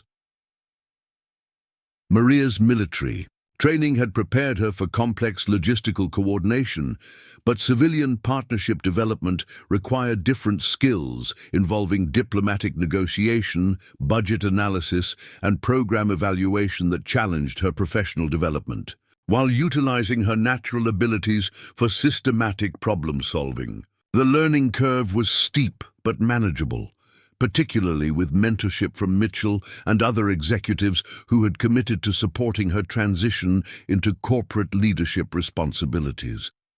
The success of Maria's community partnership initiatives had attracted attention from other Arizona corporations interested in replicating Meridian's model for employee support and community engagement, creating opportunities for Maria to consult on program development while building her professional reputation as an expert in corporate social responsibility. The recognition represented career advancement possibilities she had never imagined when walking to work through Phoenix streets 8 months earlier. Detective Ray Castellanos' investigation into the anonymous harassment allegations had concluded, with findings that corporate attention to Maria's circumstances represented legitimate employee support, rather than retaliation or intimidation designed to suppress cooperation with federal auditors. His report commended Meridian's leadership for demonstrating genuine concern for employee welfare, while noting that the company's community partnership initiatives could serve as models for other corporations facing similar regulatory scrutiny. The detective's investigation had revealed that the anonymous tip had been placed by a disgruntled former employee who had been terminated for performance issues unrelated to the federal audit, allegations that proved unfounded when examined. Against evidence of Mitchell's genuine concern for employee circumstances and the substantial resources committed to supporting Maria's professional development, the false accusations had actually led to increased scrutiny of Meridian's employment practices that had confirmed the company's commitment to fair treatment and employee support. Rebecca Walsh's management of the compliance department during the federal audit crisis had earned recognition from corporate leadership and regulatory officials, validation that supported her promotion to Vice President of Regulatory Affairs with expanded responsibilities for ensuring that Meridian's compliance practices exceeded industry standards. Her supervision of Maria's exceptional research had demonstrated her ability to recognize and develop exceptional talent while maintaining departmental performance under extreme pressure. Walsh's new position included oversight of the employee professional development programs that Mitchell had established, partly in response to Maria's circumstances, initiatives designed to identify and support employees whose capabilities might be enhanced through additional training, educational opportunities, or career advancement assistance. The programs reflected corporate recognition that exceptional performance often emerged from unexpected sources and deserved institutional investment. The federal audit's successful conclusion had positioned Meridian as an industry leader in compliance practices while validating Mitchell's leadership approach that balanced corporate success with employee welfare and community responsibility. The company's stock price had recovered completely from audit-related declines, while reaching new highs based on investor confidence in management practices that generated sustainable competitive advantages through genuine stakeholder partnership. Mitchell's business philosophy had evolved significantly during the months following his observation of Maria's daily walk through Phoenix, transforming from conventional focus on profit maximization to comprehensive understanding of how corporate success depended on employee welfare and community health. The change reflected both personal growth and strategic insight that positioned Meridian for long-term success in an increasingly competitive industry. The Meridian Community Partnership Initiative had received recognition from Arizona's governor and Phoenix's mayor as an innovative model for corporate community engagement that addressed real social problems while generating business benefits through improved employee retention, enhanced corporate reputation, and strengthened relationships with local government and non-profit organizations. The program's success had led to expansion opportunities that would benefit additional families, while positioning Meridian as a leader in corporate social responsibility. Maria's story had become a centerpiece of Meridian's corporate communications strategy, with her consent and participation, demonstrating how employee support could transform individual circumstances while generating broader community benefits. The narrative of her journey, from anonymous compliance analyst walking 20 miles daily to community partnership coordinator, had inspired other employees, while attracting positive media attention that enhanced corporate reputation and employee morale. The transformation had occurred without compromising Maria's privacy or creating unwanted publicity about her personal circumstances, reflecting Mitchell's commitment to supporting employee welfare while respecting individual autonomy and dignity. The success of their partnership had demonstrated that corporate executive attention to employee circumstances could lead to mutually beneficial outcomes when guided by genuine concern for individual welfare rather than institutional liability management. 6 months after her promotion, Maria stood before a conference of Arizona business leaders, delivering a presentation about corporate community partnerships that had attracted national attention from companies seeking to replicate Meridian's model for employee support and community engagement. Her professional development had exceeded even Mitchell's optimistic projections, confirming that exceptional capability often required only appropriate opportunities and institutional support to flourish. The presentation concluded with Maria's reflection on the importance of corporate leadership that recognized employee circumstances and community needs as integral elements of business success, rather than external complications to be managed minimally. Her military experience had taught her that mission success depended on supporting people who demonstrated exceptional commitment, lessons that applied equally to corporate environments where individual dedication could generate collective achievement. As Maria returned to her seat among the business leaders who had gathered to learn from Meridian's community partnership model, she felt the weight of her father's military rings against her chest, symbols that had once represented loss and sacrifice, but now reminded her that service could take many forms and that individual commitment to larger purposes could create opportunities for meaningful contribution that honored both personal values and professional responsibilities. The applause that followed her presentation represented recognition not just of her individual achievement, but of the broader principle that corporate success could be enhanced through genuine investment in employee welfare and community partnership. Lessons that would influence business practices throughout Arizona while demonstrating that exceptional dedication deserved institutional support rather than being taken for granted as normal employee behavior.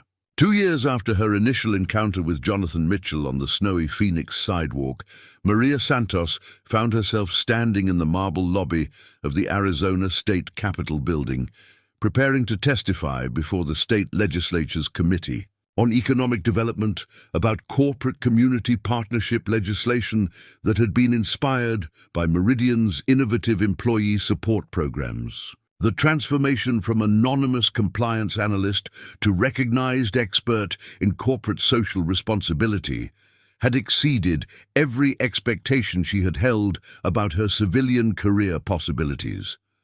The proposed legislation would provide tax incentives for companies that implemented comprehensive employee support programs addressing transportation, housing, childcare, and educational needs while creating measurable community benefits through partnerships with local organizations. Maria's testimony would focus on the practical aspects of program implementation and the documented outcomes that had emerged from Meridian's 2-year experiment in corporate community engagement.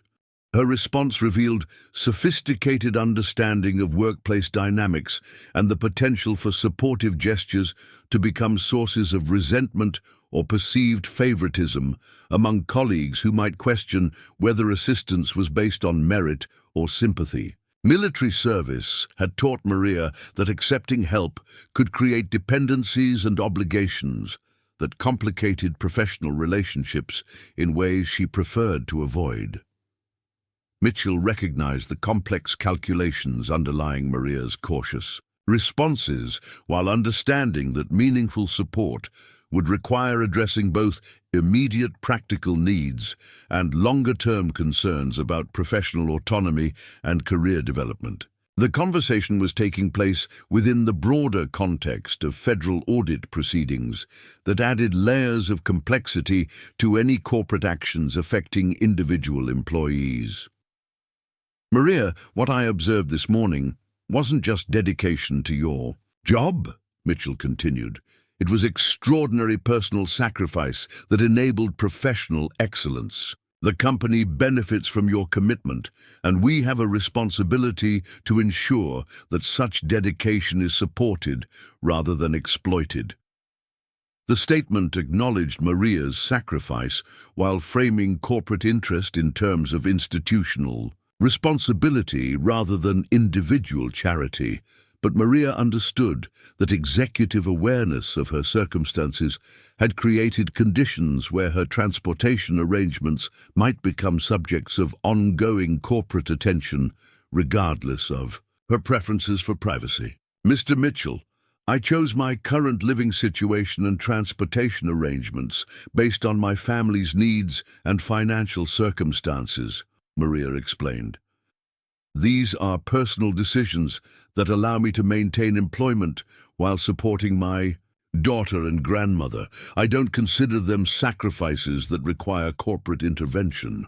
Her response demonstrated pride and self-determination while revealing family obligations that provided context for her transportation circumstances, information that Mitchell processed as evidence of complex personal responsibilities rather than simple economic hardship requiring straightforward assistance.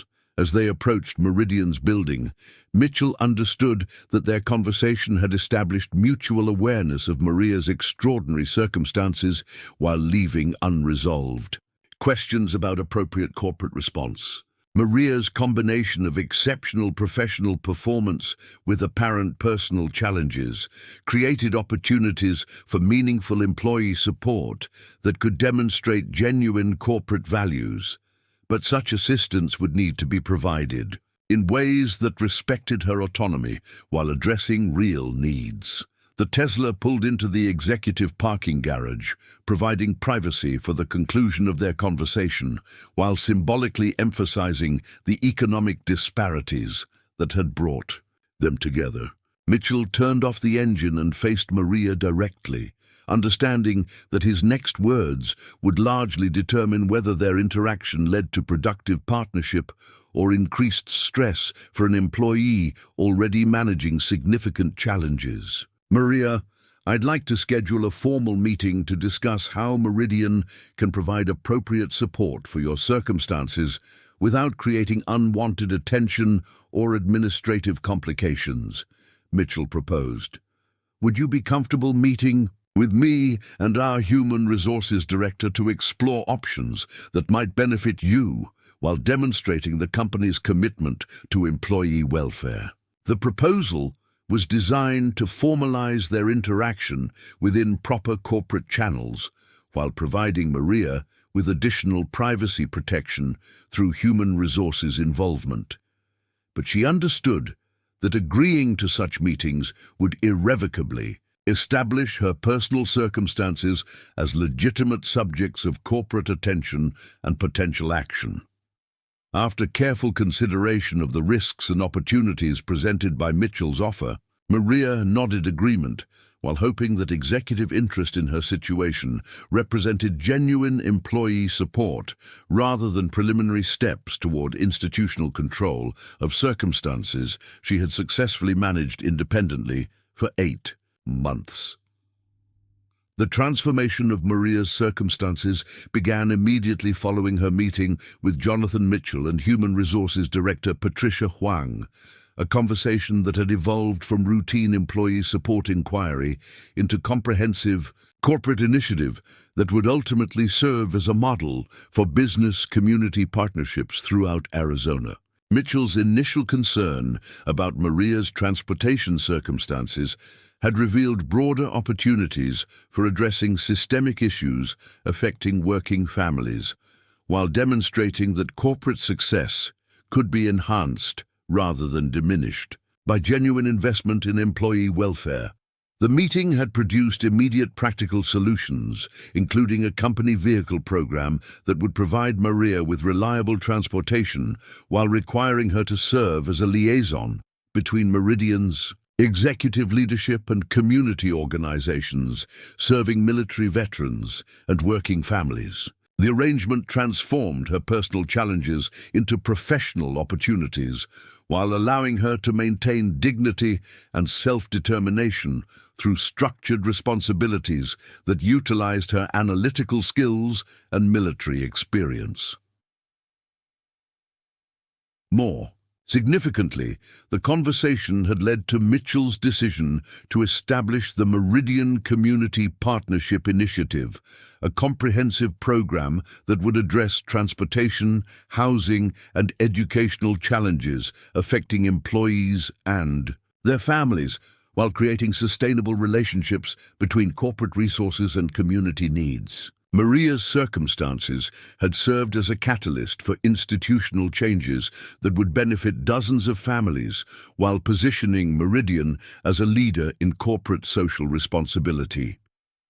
The federal audit team's final report, delivered 2 weeks after Maria's meeting with Mitchell, concluded that Meridian's compliance violations reflected institutional inadequacy rather than deliberate misconduct.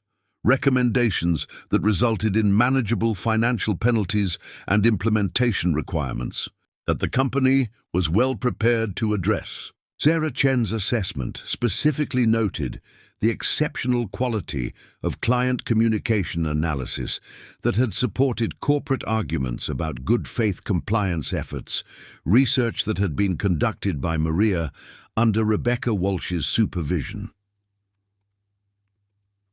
This regulatory success provided validation of Maria's professional capabilities while confirming that her analytical skills represented valuable assets that deserved corporate investment and development. Mitchell's decision to create advanced training opportunities for compliance department employees had been influenced by his recognition that exceptional talent sometimes emerged from unexpected circumstances and required institutional support.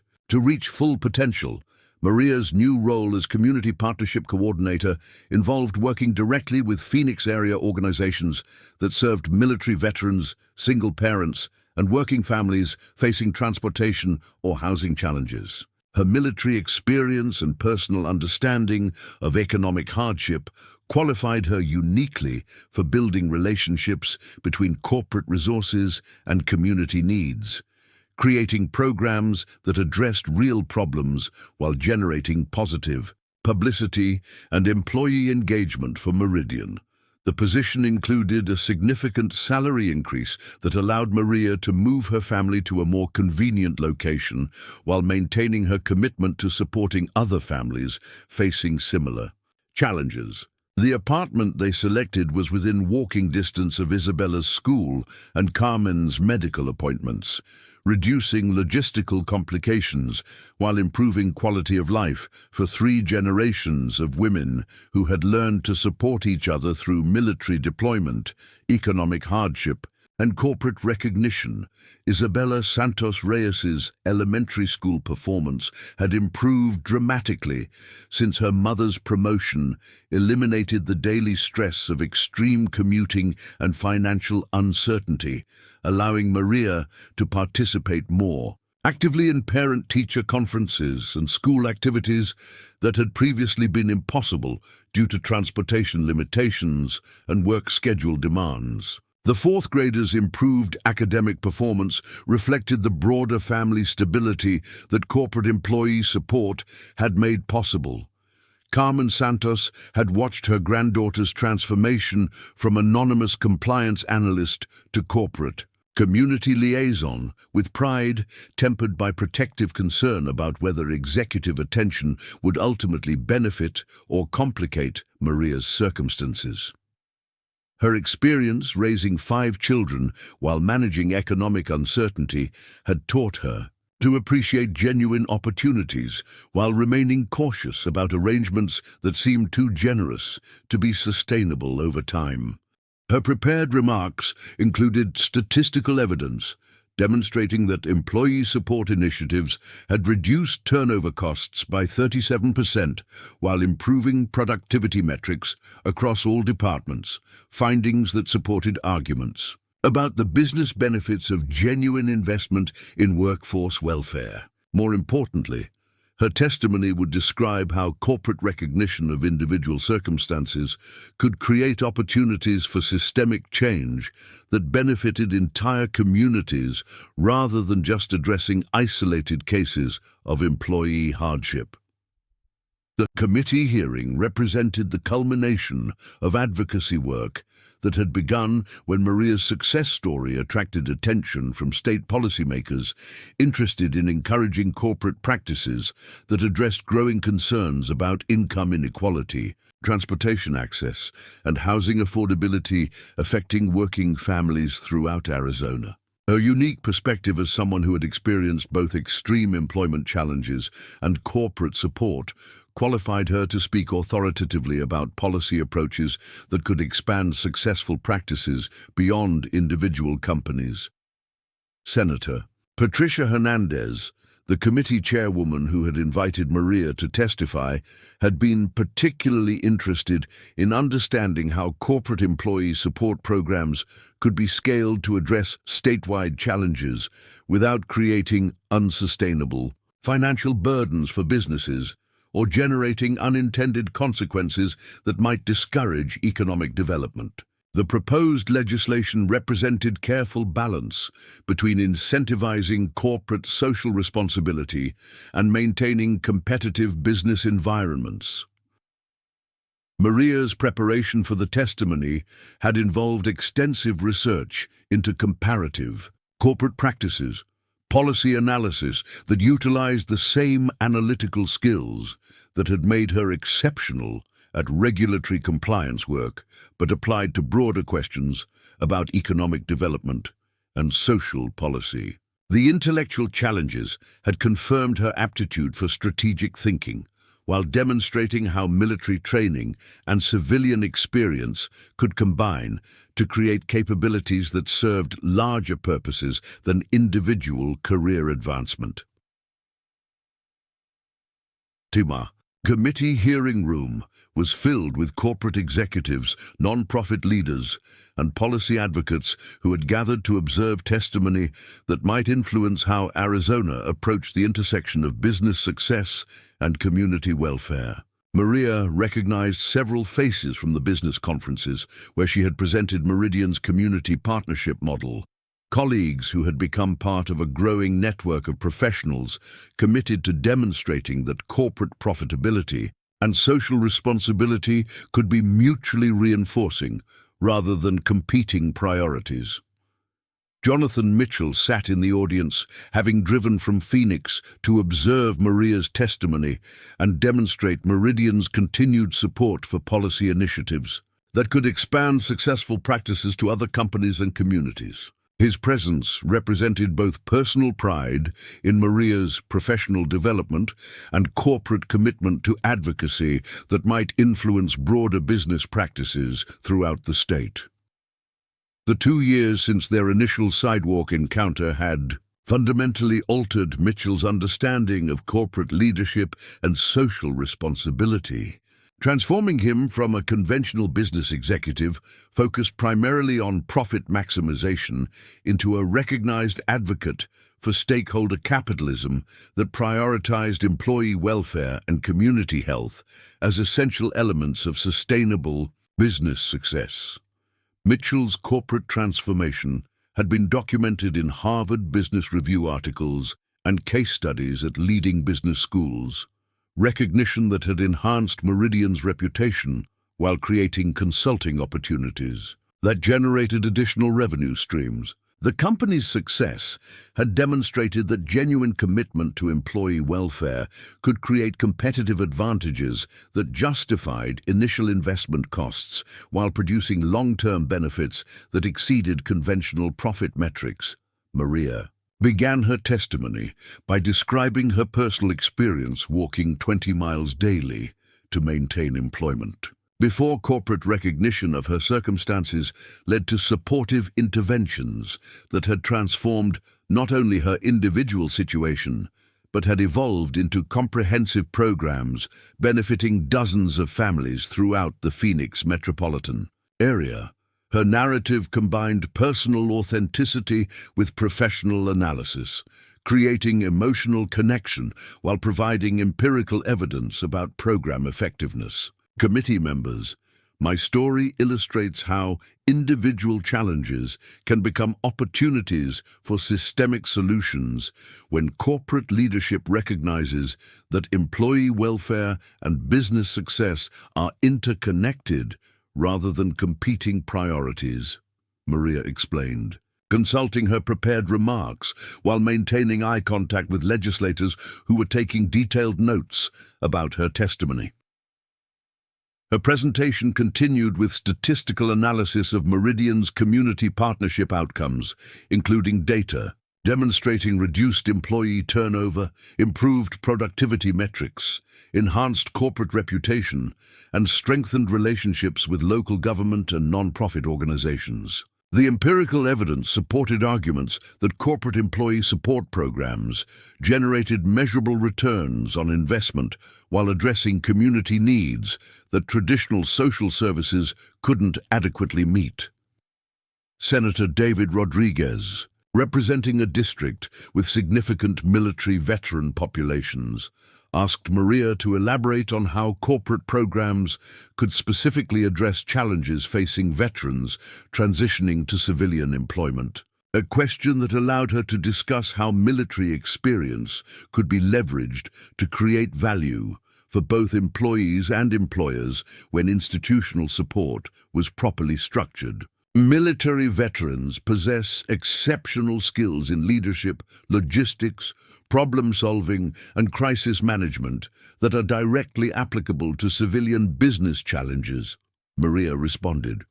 However, successful transition requires corporate programs that recognize these capabilities while providing support for veterans who may be managing service-related injuries, family obligations, or economic circumstances that create barriers to conventional employment pathways.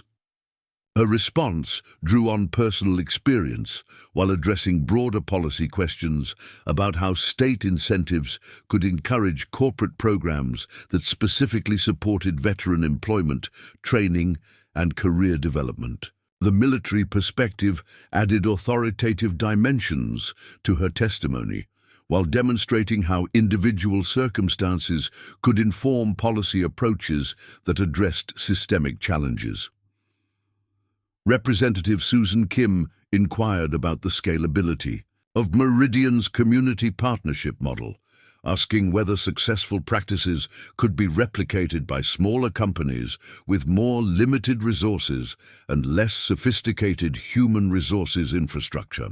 The question addressed practical concerns about whether proposed legislation would primarily benefit large corporations while creating compliance burdens for smaller businesses. Maria acknowledged the scalability challenges while explaining how Meridian's experience had led to development of partnership networks that allowed smaller companies to share resources and coordinate employee support programs through collaborative arrangements that reduced individual costs while maintaining program effectiveness. The approach represented innovative thinking about how public policy could encourage cooperative business practices that addressed community needs. The legislation under consideration could facilitate business cooperatives that would allow smaller companies to pool resources for employee support programs while sharing administrative costs and coordinating with community organizations, Maria explained. This approach would make comprehensive employee assistance accessible to businesses that couldn't afford individual programs while creating economies of scale that benefit both employers and employees. The testimony continued for 90 minutes, with committee members asking detailed questions about program costs, implementation timelines, performance metrics, and potential unintended consequences that might emerge from corporate tax incentives. Tied to employee support initiatives, Maria's responses demonstrated sophisticated understanding of policy complexities while maintaining focus on practical outcomes that had been documented through Meridian's 2-year experience. Senator Hernandez concluded the hearing by thanking Maria for providing testimony that combined personal experience with analytical rigor, noting that her presentation had addressed both the human dimensions of employee support policies and the empirical evidence needed for informed legislative decision-making. The committee would deliberate on the proposed legislation over the following weeks, with Maria's testimony serving as a crucial component of their evaluation process. Following the hearing, Maria joined Mitchell and several other advocates for lunch at a Phoenix restaurant where they could debrief the morning's proceedings while discussing next steps in their ongoing effort to influence state policy on corporate community partnerships. The conversation revealed how individual success stories could contribute to broader social change when supported by institutional commitment and strategic advocacy. "Your testimony was exceptionally effective," Mitchell told Maria as they reviewed committee members' questions and responses. "You demonstrated how personal experience can inform policy analysis while maintaining credibility with legislators who need empirical evidence to support their decision-making." The feedback reflected Mitchell's continued investment in Maria's professional development while acknowledging her evolution from employee receiving corporate support to recognized expert capable of influencing state policy. The transformation had exceeded both their expectations while demonstrating how individual circumstances could become catalysts for institutional change that benefited entire communities. Maria's afternoon schedule included meetings with non-profit leaders and community organizations interested in expanding their partnerships with corporations, implementing employee support programs, discussions that would help identify additional opportunities for Meridian's community engagement initiatives while building relationships that could support other companies seeking to develop similar programs. The non-profit meetings revealed how corporate employee support programs had created ripple effects throughout Phoenix's social services landscape, generating increased resources for organizations serving military veterans, working families, and individuals facing transportation or housing challenges. Maria's role had evolved to include coordination between corporate initiatives and community organizations, work that utilized her analytical skills while fulfilling her commitment to service that honored her military background. One particularly productive conversation involved representatives from 3 organizations serving different aspects of veteran transition challenges. Non-profit leaders who were interested in developing comprehensive service models that could be supported through corporate partnerships rather than relying exclusively on government funding or charitable donations. The discussion explored how business resources could supplement non-profit capabilities while creating employment pathways for veterans whose skills matched corporate needs. Corporate partnerships offer sustainability that traditional non-profit funding models can't provide, explained Dr. Jennifer Martinez, director of a Veterans Housing Assistance Program. When businesses recognize that supporting veteran employees creates value for both individuals and companies, we can develop programs that address root causes of transition challenges rather than just managing crisis interventions. The insight resonated with Maria's understanding of how Meridian's employee support had evolved from individual assistance to comprehensive community partnership that generated benefits for multiple stakeholders while creating sustainable funding mechanisms that didn't depend entirely on corporate charitable impulses or government appropriations. As Maria concluded her day of advocacy and community partnership development, she reflected on the trajectory that had brought her from anonymous compliance analyst to recognized expert in corporate social responsibility. The journey had been enabled by Jonathan Mitchell's initial recognition of her circumstances, but her success had required personal commitment to continuous learning, professional development, and service to others facing similar challenges. The evening drive home took Maria through Phoenix neighborhoods, where she had once walked daily to reach employment that provided economic stability while demanding extraordinary personal sacrifice. The familiar streets now represented not just personal history, but community connections that had been strengthened through corporate programs addressing transportation, housing, and employment challenges affecting working families throughout. The metropolitan area, Isabella Santos Reyes, now 10 years old and thriving academically, was waiting at home with Carmen to hear about her mother's testimony before the state legislature. Family members who had shared Maria's journey from economic uncertainty to professional recognition, while maintaining the strong relationships that had sustained them through challenging circumstances. The evening conversation would include discussion of civic responsibility and public service, lessons about how individual success could be leveraged to benefit others facing similar obstacles. The transformation of Maria's circumstances from personal challenge to public policy influence represented fulfillment of the service commitment symbolized by her father's military rings, demonstrating that dedication to purposes larger than individual advancement could create opportunities for meaningful contribution that honored both family legacy and community needs.